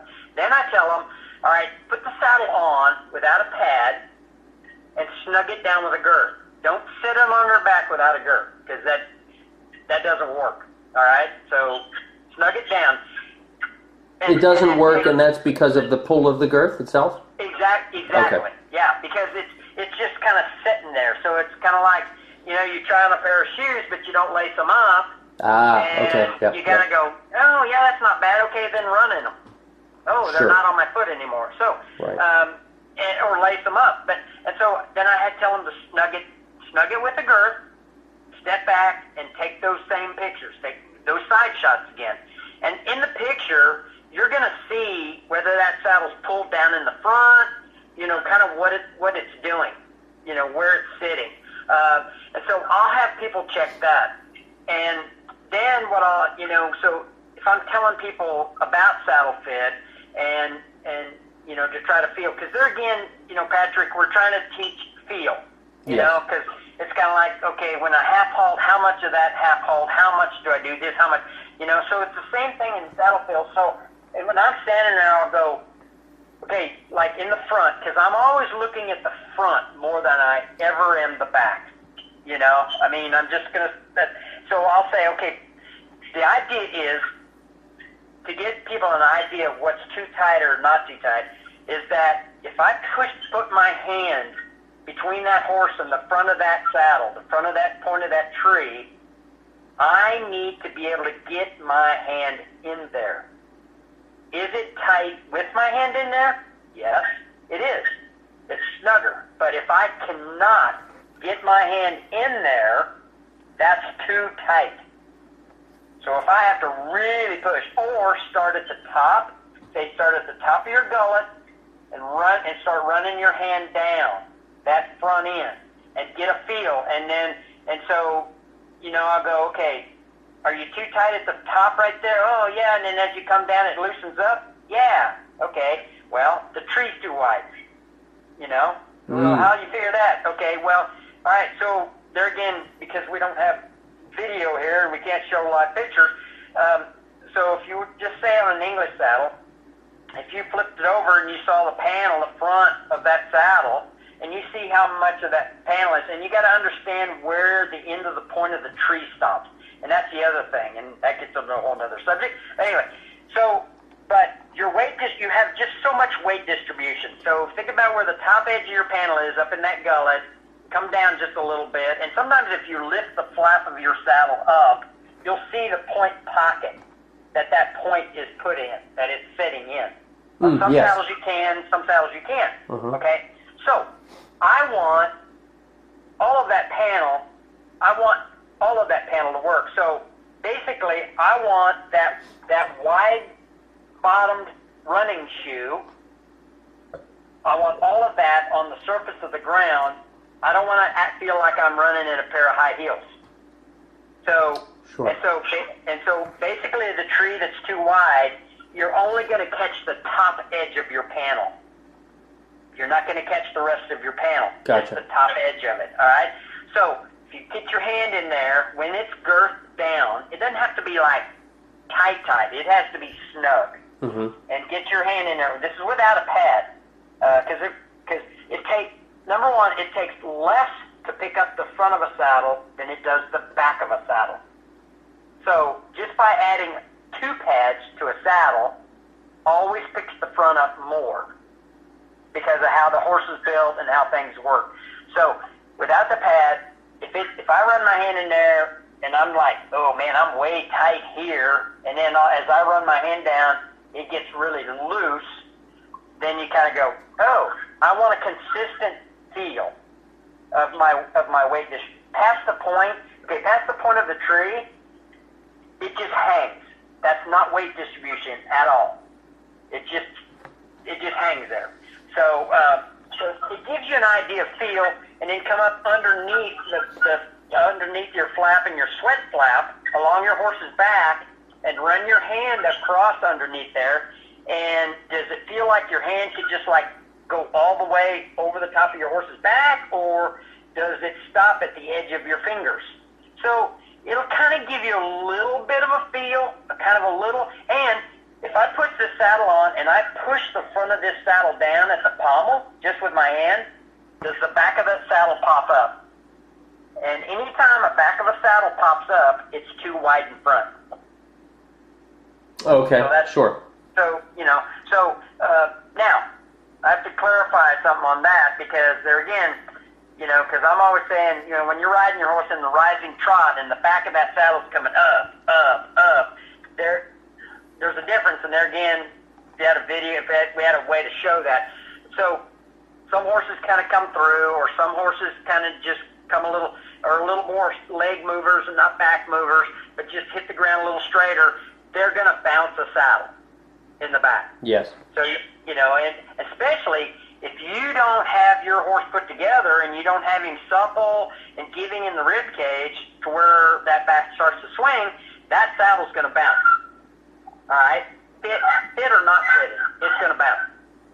So there's a difference. And so what you want is, just like I saw a lady up in Illinois, you know, I blocked that saddle up and stuff like that, and of course the horse wasn't put together, so I told the lady on the ground, because I knew what they were thinking. And I said, so you see how that saddle's sitting there, and you see kind of where it looks like it's lifting? And she goes, yeah. Okay, if you look again, I said, the saddle is not lifting up in the rising trot. What you see is when she sits down and it gets back up, she's hitting, in the sitting part of that rising trot, she was hitting a little too hard. And as she came up, it bounced it up. Okay. So you have to look at that. Plus, there's other things that I could show people too. I mean, if I were showing them, but you know, sometimes the blocks on certain dressage saddles, as in the rising trot, they're hitting him with their upper thigh, and they're pulling the saddle up in the back. Okay.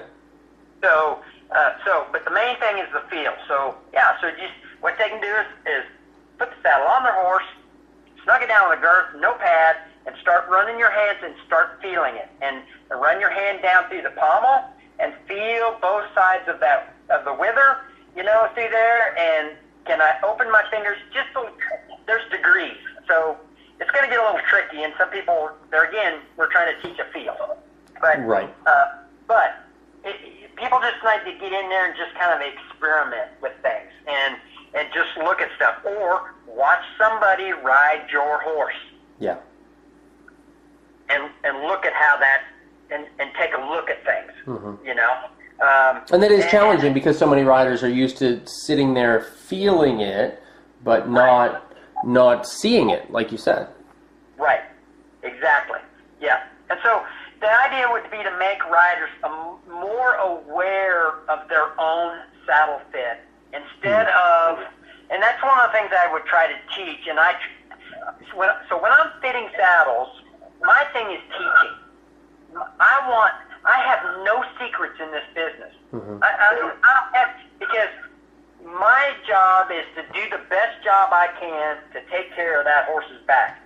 I mean, that's my job. Now, the rest is up to you. I'm not in charge of your feeding, your training, anything else. Sure. That's your deal. I can only do so much. You know, I can only just kind of get so much in there. So, and so you want to look at that saddle is going naturally too wide, front to back, front to back, front to back. And here's the other thing. People will say, well, it's not really going front to back, it's going side to side. Okay, it's going side to side because it's not fitting right in front. That's why. Okay. That's why. A saddle that fits correctly on a horse's back does not move. It doesn't. Side to side or front to back. It does not move. And that's so that's what you have to look at. So and so that particular rider that said, well, it's moving from side to side, so I flocked it, I set it up. Okay, get on there and ride that. I said, is that moving side to side anymore? Oh, gosh, no, this is really great. I picked the front up, through the middle, even the panels, done. So when we say it's not moving, we mean it's not moving out of sync with the horse. Exactly. Okay. Moving with the horse. And the panels give and take, absorb shock.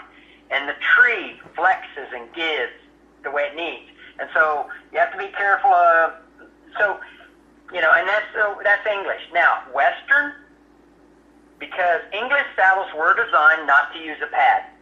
All right? Right, so originally, yes. Yes, originally. And originally in the old days, saddles were serge panel. They weren't leather. And the serge panel, that's the wool base on the panel, is that right? Yes. Okay. Yes. Yeah, and so instead of what sits next to the horse or next to your saddle pad, instead of that being leather, that's a wool. It's a wool serge material. It's a very the serge panel is well over 400 years old. I mean, it's a very old system, and it's like way cool because it's cooler in the summer, warmer in the winter, and sweat doesn't crystallize in wool; it flakes out.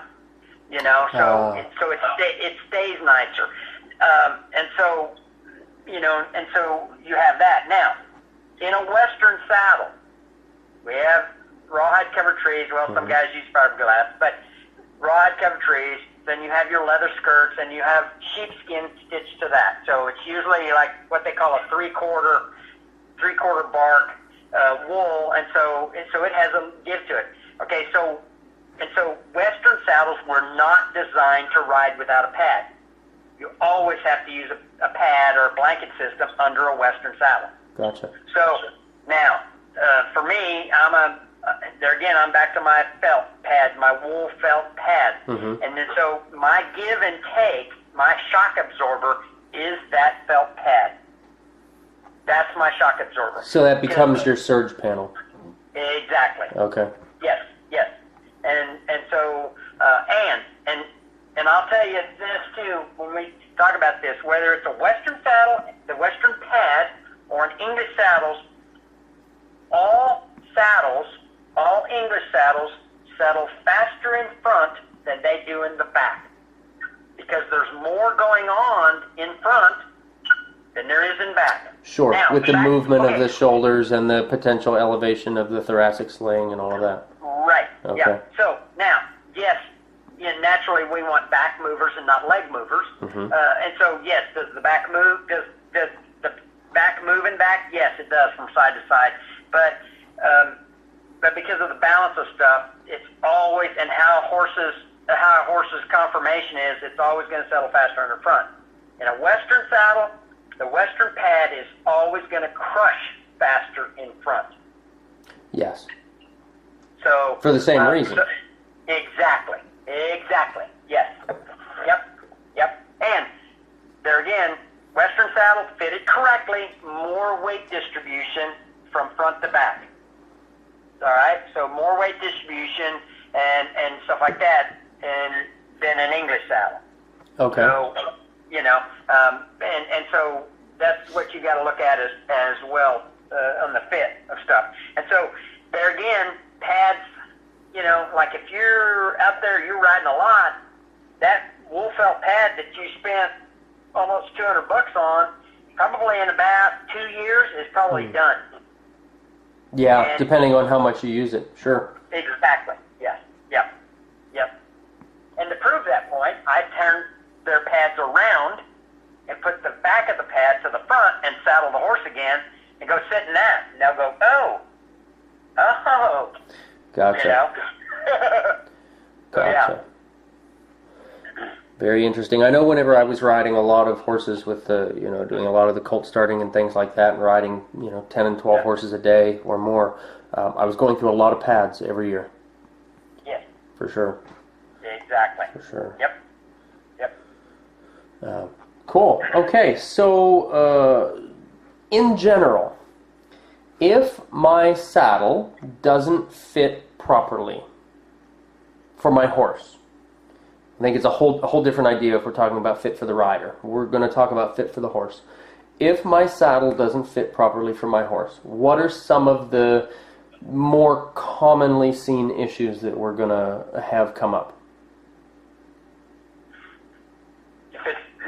If the saddle's not fitting the horse. Yes. Well, we're back to, if we want to, like dressage, for number one, that horse is not going to be as forward. He's not going to come up. He's not going to, have the self-carriage because the saddle keeps him there. Or you're going to see where the horse kind of rounds about. He gives you a little, and then the head comes, and the horse drops out, and then gives you a little, and he drops back out. Mm-hmm. Because he can't consistently stay up because of what the saddle's telling him to do in the first place. Gotcha. So you got that lateral. There again, laterally, leg yield. Okay, man, he's really sticky.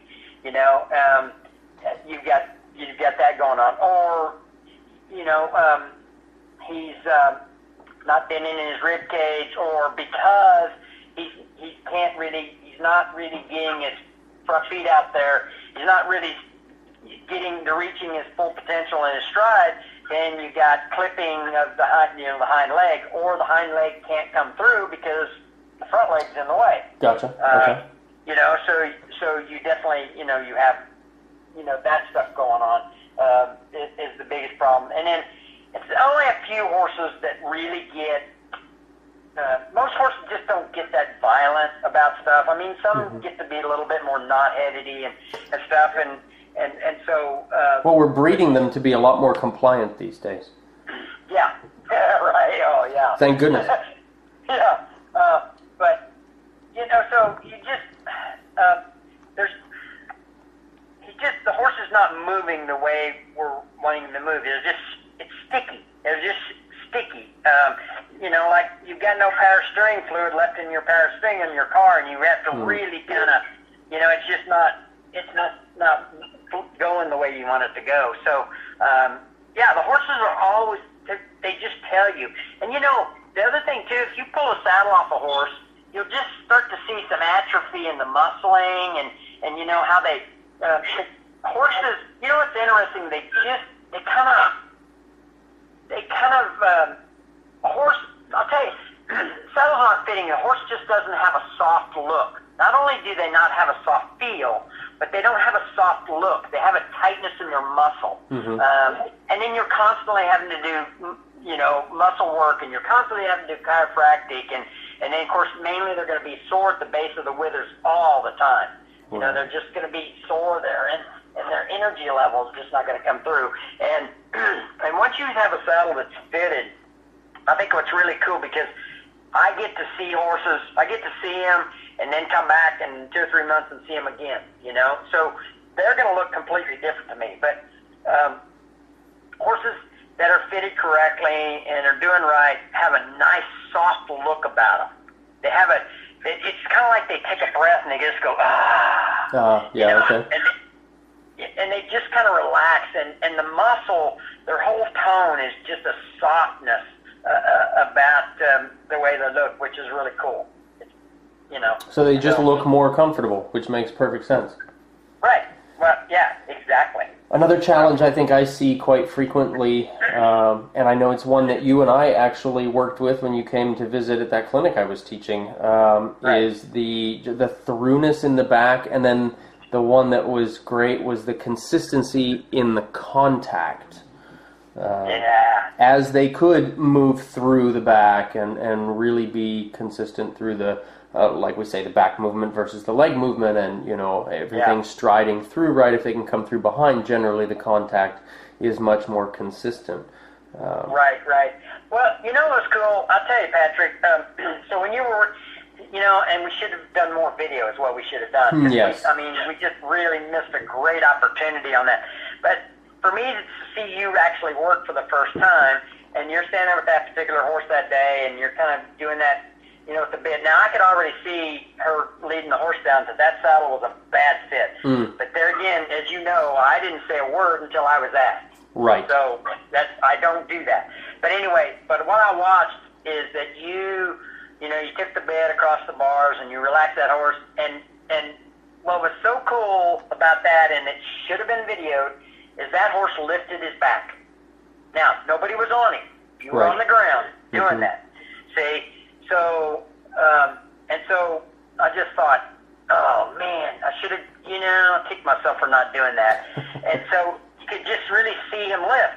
Now, when I forget if the owner got on or you, but that horse's head, you could not get that horse's head out of the stars. Right, exactly. See, that horse wasn't, there was no way. And so then the opportunity came for I think the next day to let's try a different saddle, and there again, we should should have videoed that, but the change in that horse, and how you could feel which shoulder was moving, and where this horse was stuck.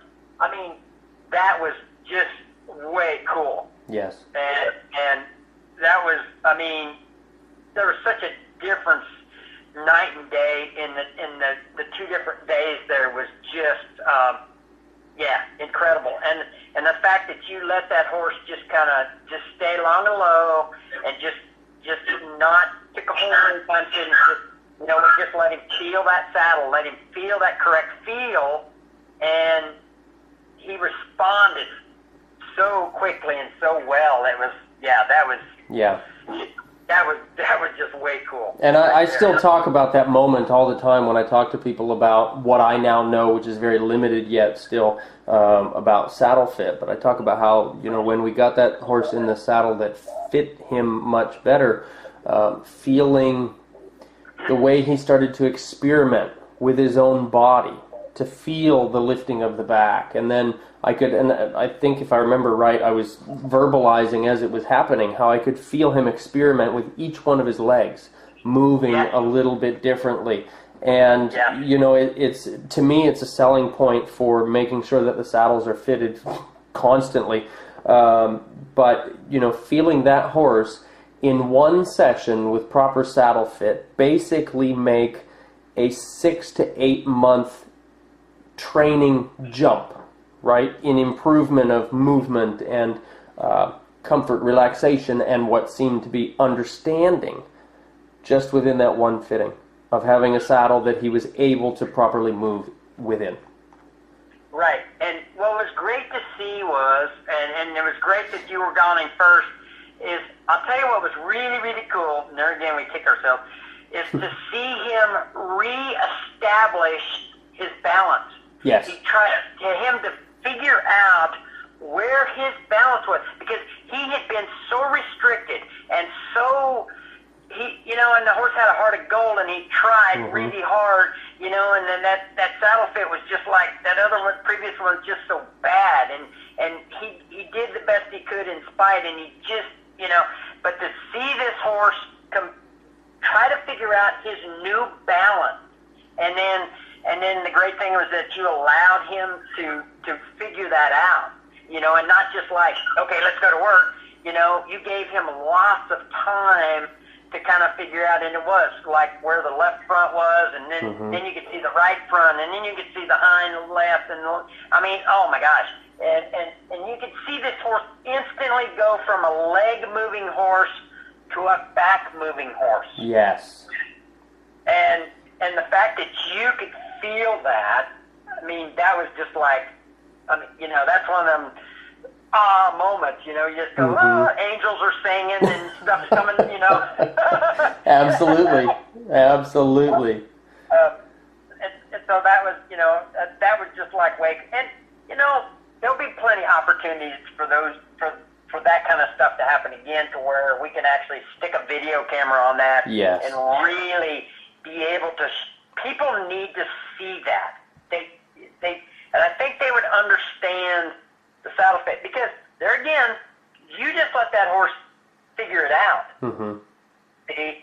So you just, you stayed within balance, and you let that horse just figure out where his new body parts, were, and that was just awesome. Yeah, that was so much fun. I think we need to put it in our schedule somehow, maybe next year or something like that, to find a chance to do some sort of clinic, event, something together that we can get on video, all these changes of working with the horse, because it's, it's, I'm going to go back to what you had said about, the in-hand work that I did, even in the poor fitting saddle, the in-hand work, you could see the horse lift his back, you could see him trying to feel and find a better balance, but then once the rider was up there was just way too much restriction because the saddle wasn't properly fitted.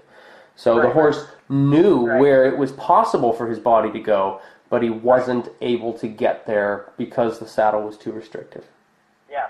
Well, and to also let people know that's listening to this is that we did put the rider, the owner, on the horse. And the horse stayed. I mean, the horse was still getting it, and the horse, and of course you had to kind of help her kind of ride this horse a little bit and turn loose and stuff, because she was used to riding the old guy, his old way. Right. Now he has this, so now she has this new feel.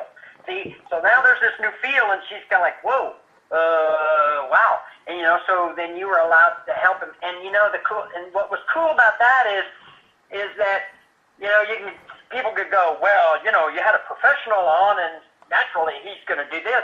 No, not necessarily. No, we had the owner on, and she did a great job. She did a good job, too.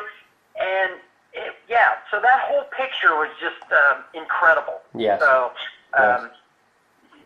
And that's what we're after. So, there again, I can't stress enough about proper fit and proper balance, and then, and some of that also not only in the fitting of the horse, but the construction of the saddle itself with how a seat is webbed and how things are balanced, because you can fit a saddle on a horse, but if the top side for the rider is not webbed correctly and the seat's just not quite right, you can still run into a few little issues a little bit and stuff. So, what people have to understand is that there's a lot of saddles out there. Everybody has their own idea of what they think works. Number one is, and there again, and I've told you before, I am not out to pick on any saddle companies whatsoever. Sure. What I pick on is saddle fit. That's what I'm after. I don't care whose name's on it. Doesn't matter to me. What matters to me is that it better fit that horse correctly is what needs to happen. That's what needs to happen. Because we're all built different. As humans, we're built different. As horses, horses are horses. I mean, yes, they're all conformation and they're all different, and you have to look at that. And then as human beings, we're all different as well. So I've got to take care of that horse and then make sure that rider also can be useful in the saddle. That it can, support the rider so that they can support and help the horse. Right. Well, and like you said, it doesn't matter whose name is on the saddle. It's like going back to your analogy earlier of the running shoes. It doesn't matter if it's ASIC or Reebok or Nike or some Walmart brand, right?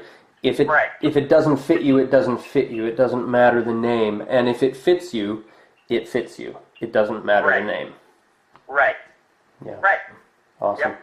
So that's going to bring me back full circle to your idea about the saddle fitting school. I hope you don't mind that I just pulled that one out there, putting you on the spot.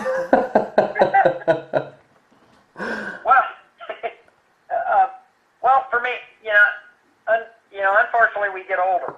So now, for a guy I still got a lot of energy, and I still absolutely love what I do. When a horse is fitted right and that horse is moving, and I see a big smile on that person's face, there's nothing better. There's just nothing better than that. And the other thing being is not for just that moment, but consistently that way. See, not just that day, but for the next 3 months or 4 months or whatever. It depends on the situation. And so it's hard to get everywhere in this country, naturally. Sure. And as you know, because you're behind a wheel probably more than I am actually, but I used to put 60,000 miles easily on a year on a truck, easy. From one end of this country to the other. So it's come to the point where I realized that I do need to teach, and I think I've come to the point where the biggest issue for me was I knew I was going to have to slow down in order to teach. And for a long time, I was not ready to slow down because I just go. But I realized that now the opportunity is there. It's coming up for next year. I'm hoping, and I'm going to do some experimenting with some students, but to try to, put some people out there and try to try to have a good, proper education and backup, and a good and a backup system, because I feel like, that people out there are, a lot of these people are not getting the backup because, I'll tell you what, Patrick, there's a lack of skill in this business. It's a skill is what it is. And the way, and I have colleagues of mine, David Boot and Lucy Batchelor, they're in the Hamptons, good, and I've known them for, it seems like forever. And David, just to mention, David Boot is he's the last of the London saddlers, so he's not a Walsall guy. Now, probably if anybody listening out there that's a Walsall guy is probably going to go, what? But no offense, dude. But anyway, so he's 50 years in the trade, and so I'm 35 years in the trade. So, so what's that? We're definitely over 100 years of experience, not to mention his wife Lucy, who's probably better than both of us. And so we have that skill set, that's out there. And my wife helps a lot, and so she's really good at helping out as well. And so we have a good system, and so we're going to be able to teach not only to fit saddles properly, but also, to repair if they want to repair, all the way up to making saddles. So we're not limited. And the one thing I need to stress to people is that I'm a saddler that fits saddles. I'm not a saddle fitter. Gotcha. Yep. Okay, so so I can go in and out of these saddles, and because I've learned I can make them. I know what goes in them, and I know how they're put together. So that's some of the things we can teach as well, and then we can back them up. So there needs to be yes.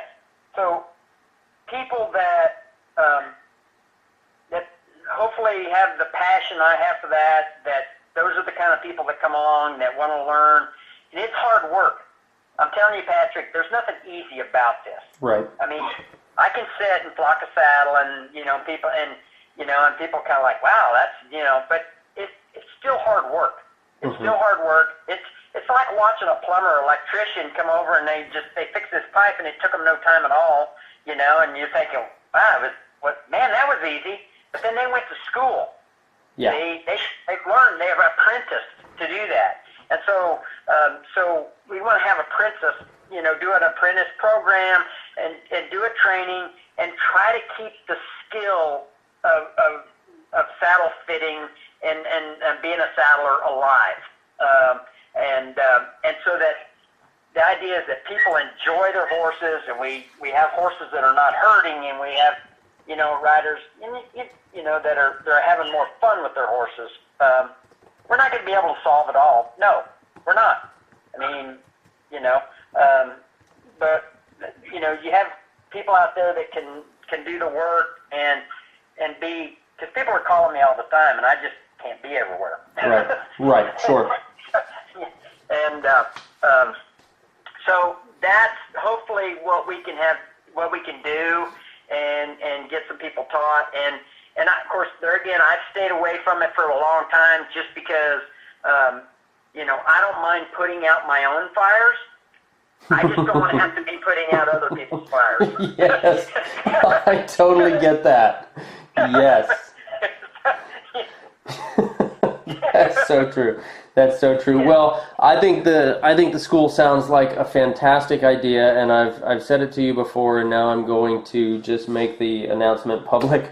When you decide on the dates and how you're going to do that, sign me up, because I want to be there. Simply from a knowledge perspective, I want to learn as much as I can about this, because I've seen the changes that have happened when the saddles were properly fitted. And I'm not saying that I'm going to go out there and fit saddles, but I want to learn more about when they're fitting properly and when they're not, because that seemed to me to just be a priceless thing to know. Well, I have some trainers that I've worked with for years. I mean, I have some trainers like down in Houston and Oklahoma and in Minnesota and Illinois. And so, I mean, I've got people that have been with me 25 years. that have been in my saddles 25 years. And the majority of them, because they've been around me so long, is that I've taught them, kind of what to look for. They know what to look for, and so they know when to fold a hand towel. So if they get somebody new coming in, I always tell my people, don't be saddle salesmen. That's not your job. Yeah. Your job is just to teach.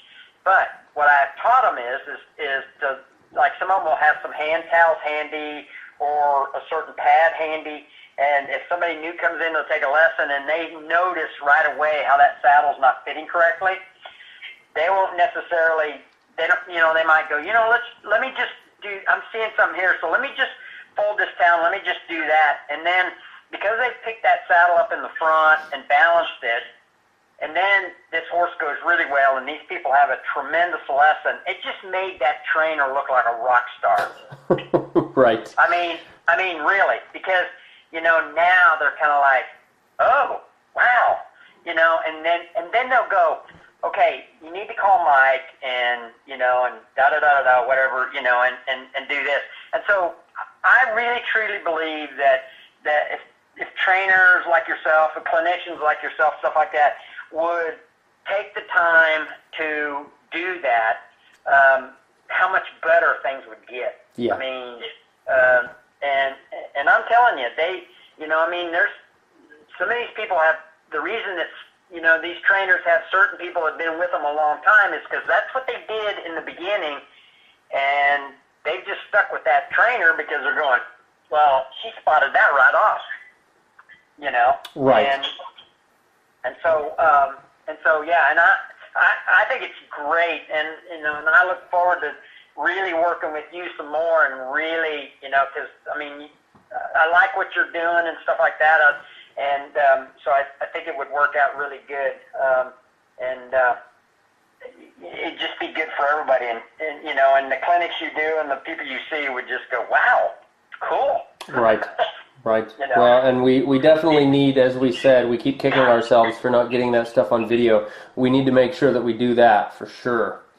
Right. For sure. Yeah. So right. That's awesome. Yep. That's awesome. Well, Mike, I think you and I could probably talk all darn night about anything. We could probably solve all of the world's problems here if we talked long enough. But I want to absolutely be respectful of your time. So if you're ready, I think I've got some wrap-up questions here that I'm curious to hear your answers to. All right. All right. So if there was one specific thing that you could recommend for riders to focus on as a primary means of improving their horsemanship or their relationship with their horse, what would that be? Ooh. Eyes on the ground. Ah, cool. Very cool. Eyes on the ground. I like it. That's so true. It's yeah, absolutely. Eyes on the ground. And it's funny because I hear a lot of times people say, oh, well, so-and-so's a trainer. Why do they need lessons? But gosh, the highest level instructors and trainers that I know probably get more lessons than anybody else I know. Exactly. The eyes on the ground. That's so true. Exactly. That's so true. Perfect. Yep. If you could ride with anyone, past or present, who would it be and why?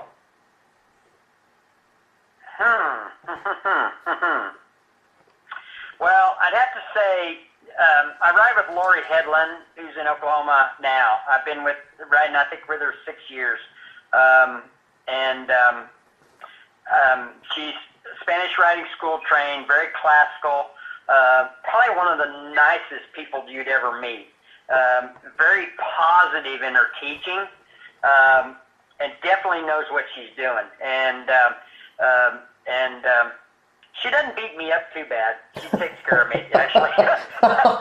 Good. But I'd have to say, I would probably, her. There's another trainer down in Montgomery, Texas, Nancy Hines, her as well, probably. And I have to say, not to give you a big head or anything, not for you to swell up or anything here, dude, but after, because we met, and this year was the first time I've ever seen you teach or ride a horse. Yeah, you know? right. And I have to tell you, I'm really impressed.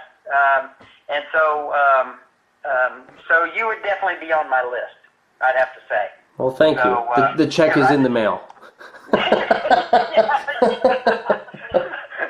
You know, and actually I've told Lori about you and stuff like that. I think she might have looked at your website and stuff. But I mean, I've told a lot of people about you, but and hopefully I'm not, there's other people, but those would probably be my top three, and hopefully nobody's going to call me the next day and go, you didn't mention me. And everyone else, right? We'll just pick D, right? And everyone else. But you know what? I have to say, though, real quickly, that no matter what, you can learn something from everyone. Yes. You keep an open mind, and it's something I learned as a youngster, and whether you agreed with them or not, you learn their way, and what you could use, you keep, and what you didn't use at that particular time, you just put in a file cabinet, because someday you're going to need it. Yep, absolutely. Stick it in your back pocket and hang on to it. Exactly. Yes. Yep. Awesome. What is your present personal definition of horsemanship?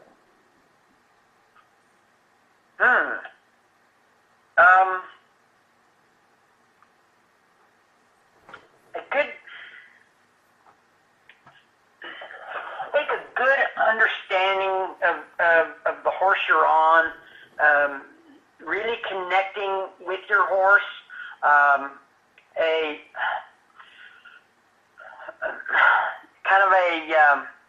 I think all horses need a support. They look for a hand. So I'm not a big fan of I like polite contact. So I'm looking for a polite contact, a good connection with the horse that I'm riding.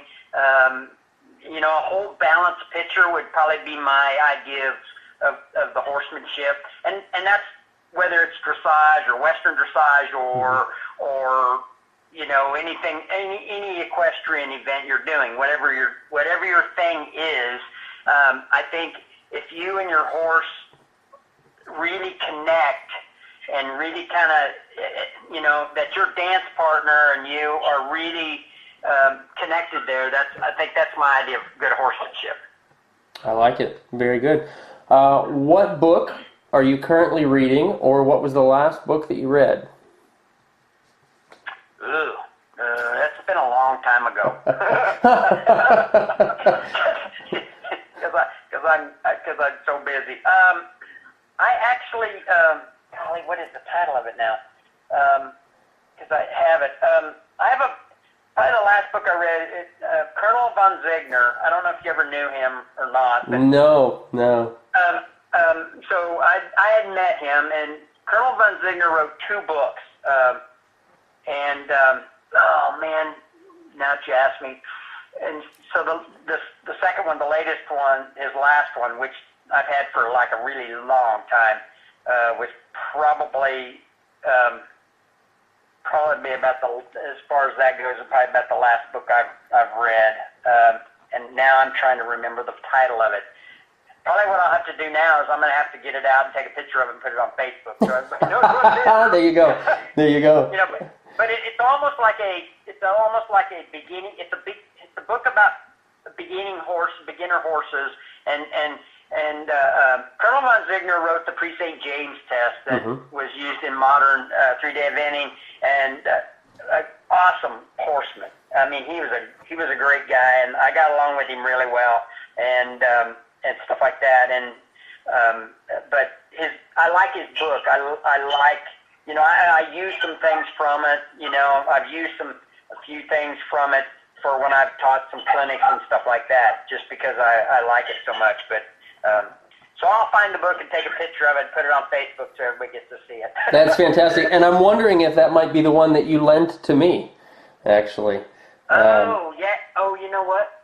the blue cover with the blue cover. Yeah, Yep, that's probably you bet. You bet. See, so I'll take the blame for that. I actually have it sitting just out of arm's reach right now, underneath a pile of other things, so I can't even see the title of it. But that one is definitely. I am still trying to finish that book. It's not a very big book. It's not a not an arduous read. But I just in my last 5-Bit Friday newsletter that goes out, I did a little bit of a review on that book because it is fantastic. It's great, and I definitely recommend it for everybody. Yeah. So I really like his idea of the training tree versus the training scale. I thought that was pretty cool. That was cool. And I have to tell you briefly. So when I very first met him, it was at a clinic in Bastrop, Texas. He would go. They would get him in down there, and he was in his 80s then. And they introduced, and so the owner of the place introduced me, to him, and and he got up out of his chair and came over and shook my hand, and so he was kind of like, so he goes, so you are the master, and I went, oh no. When I get to be your age, then you can call me master, but I am way too young to be the master, and I did get to ride with him once, but the one thing I remember most about him is I asked him one time, I said, so Colonel, what's it going to take for the Americans to win a gold medal in the Olympics? And he goes, they need to learn to ride the corner. Interesting. Yeah. I love it. They need to learn to ride the corner. And I went, so how do you ride the corner? It's not that I don't want to tell you. It's very hard to explain. There again, it was back to a feel. Yes.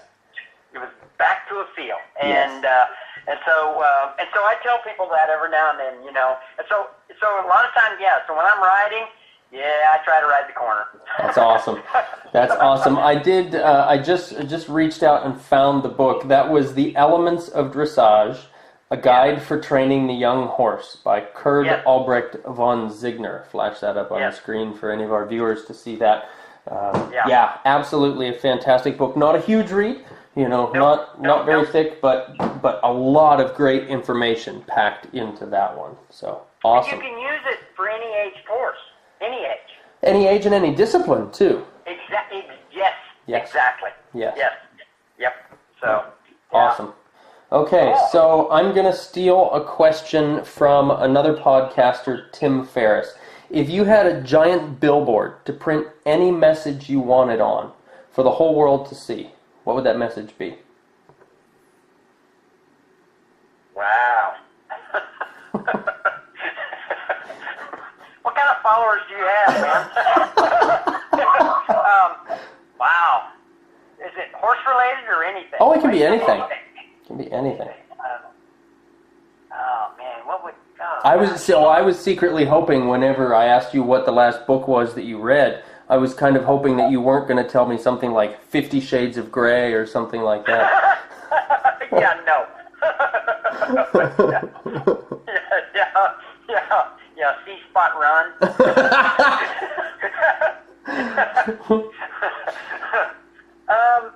Oh gosh. You know what? I think billboard wise,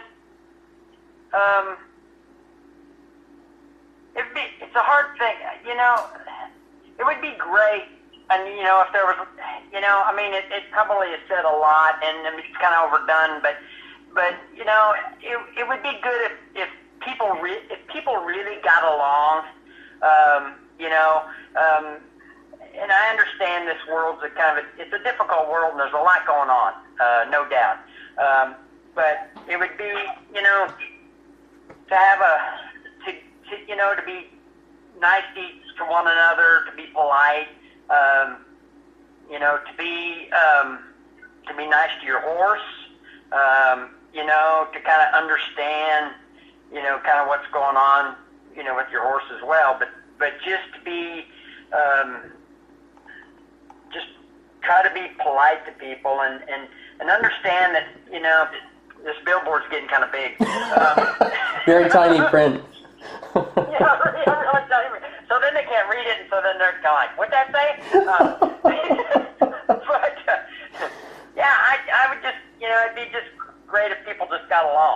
just got along and try to make, this planet we live on, for the short time that we get to live on it, better. That's awesome.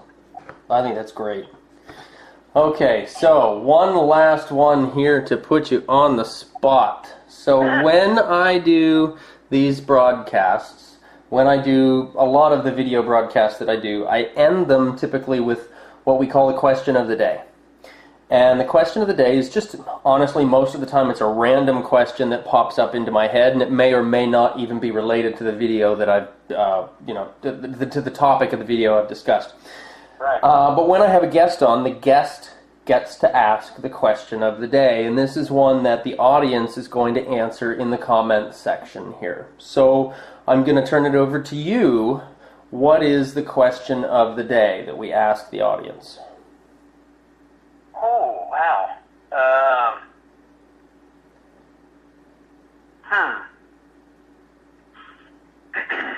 I'm trying to think of what would my question be? To the audience. Okay, Yep. To the audience.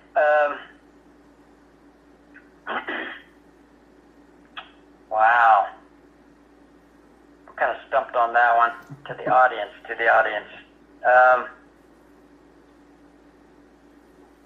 I'm trying to think of what. I think. Okay, so my question would be. I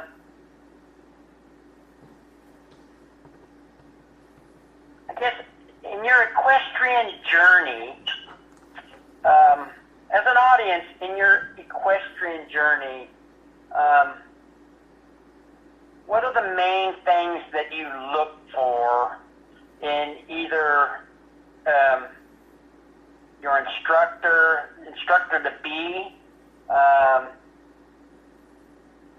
what you might look for in the saddler / saddle fitter you're looking at? I mean, just I think would probably be some of my question on there, if that makes any sense at all. Sure. What kind of like, I mean, everybody's going to have a different answer. That's the one thing about that. But I think if there's a one common answer, it'd be interesting to see in the thread kind of like what the one thing everybody is looking for in their journey as equestrians, as horse owners, would probably be I think a pretty good question. I'm hoping. I like it. No, I like it. I'm looking forward to seeing the answers that folks pop up here. That's fantastic. Because it's as you as a teacher at what you do, and me doing what I do, we're running we're running across different people with different ideas, but in some sense they're really all kind of joined together in a way, and you just have to see what that is. But without getting like way too deep, might be getting deeper than I want to get. But anyway, and I'm not drinking either, so there you go. That might be for one of those little wine deals that you do. There you go, right? I finished my glass of wine about a half an hour ago, so.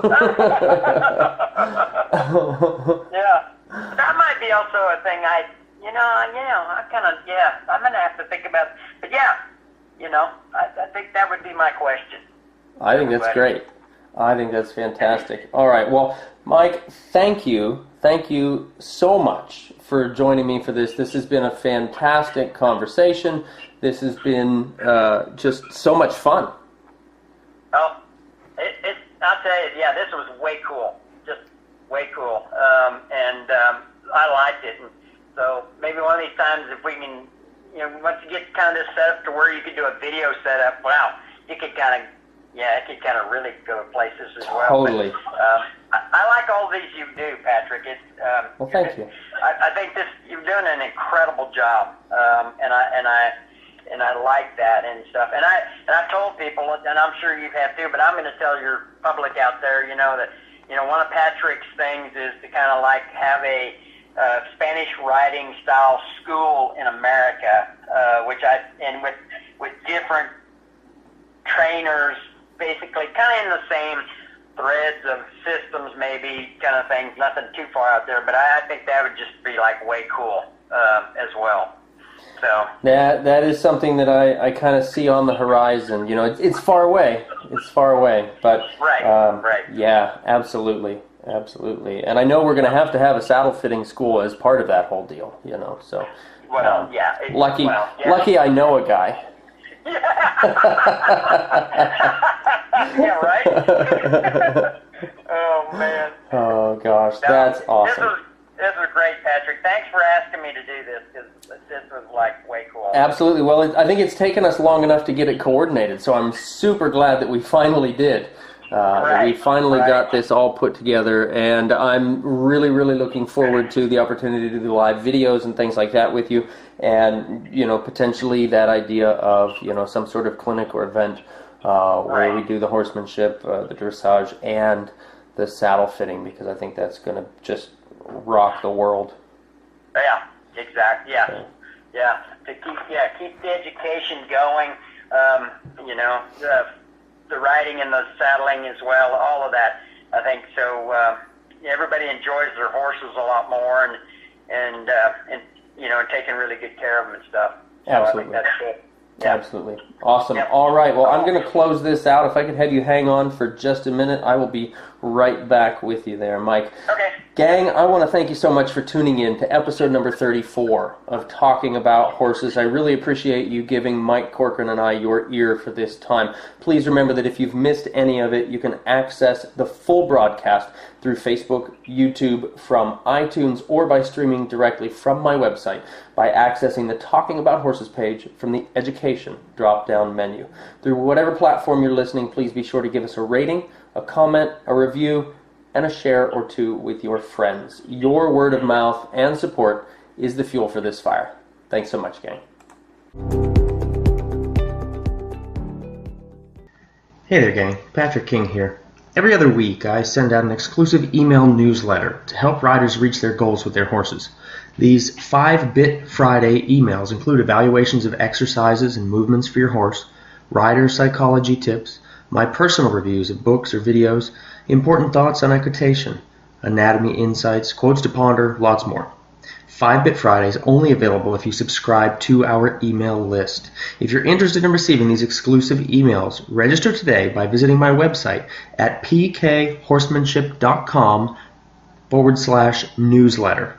Thank you in advance for signing up, and I hope you enjoy and gain lots of value from 5-Bit Friday. Thank you so much for listening to this episode of Talking About Horses with Patrick King. If you enjoyed today's show, please leave a review and subscribe. For more great content and to stay up to date, visit pkhorsemanship.com. We'll catch you next time.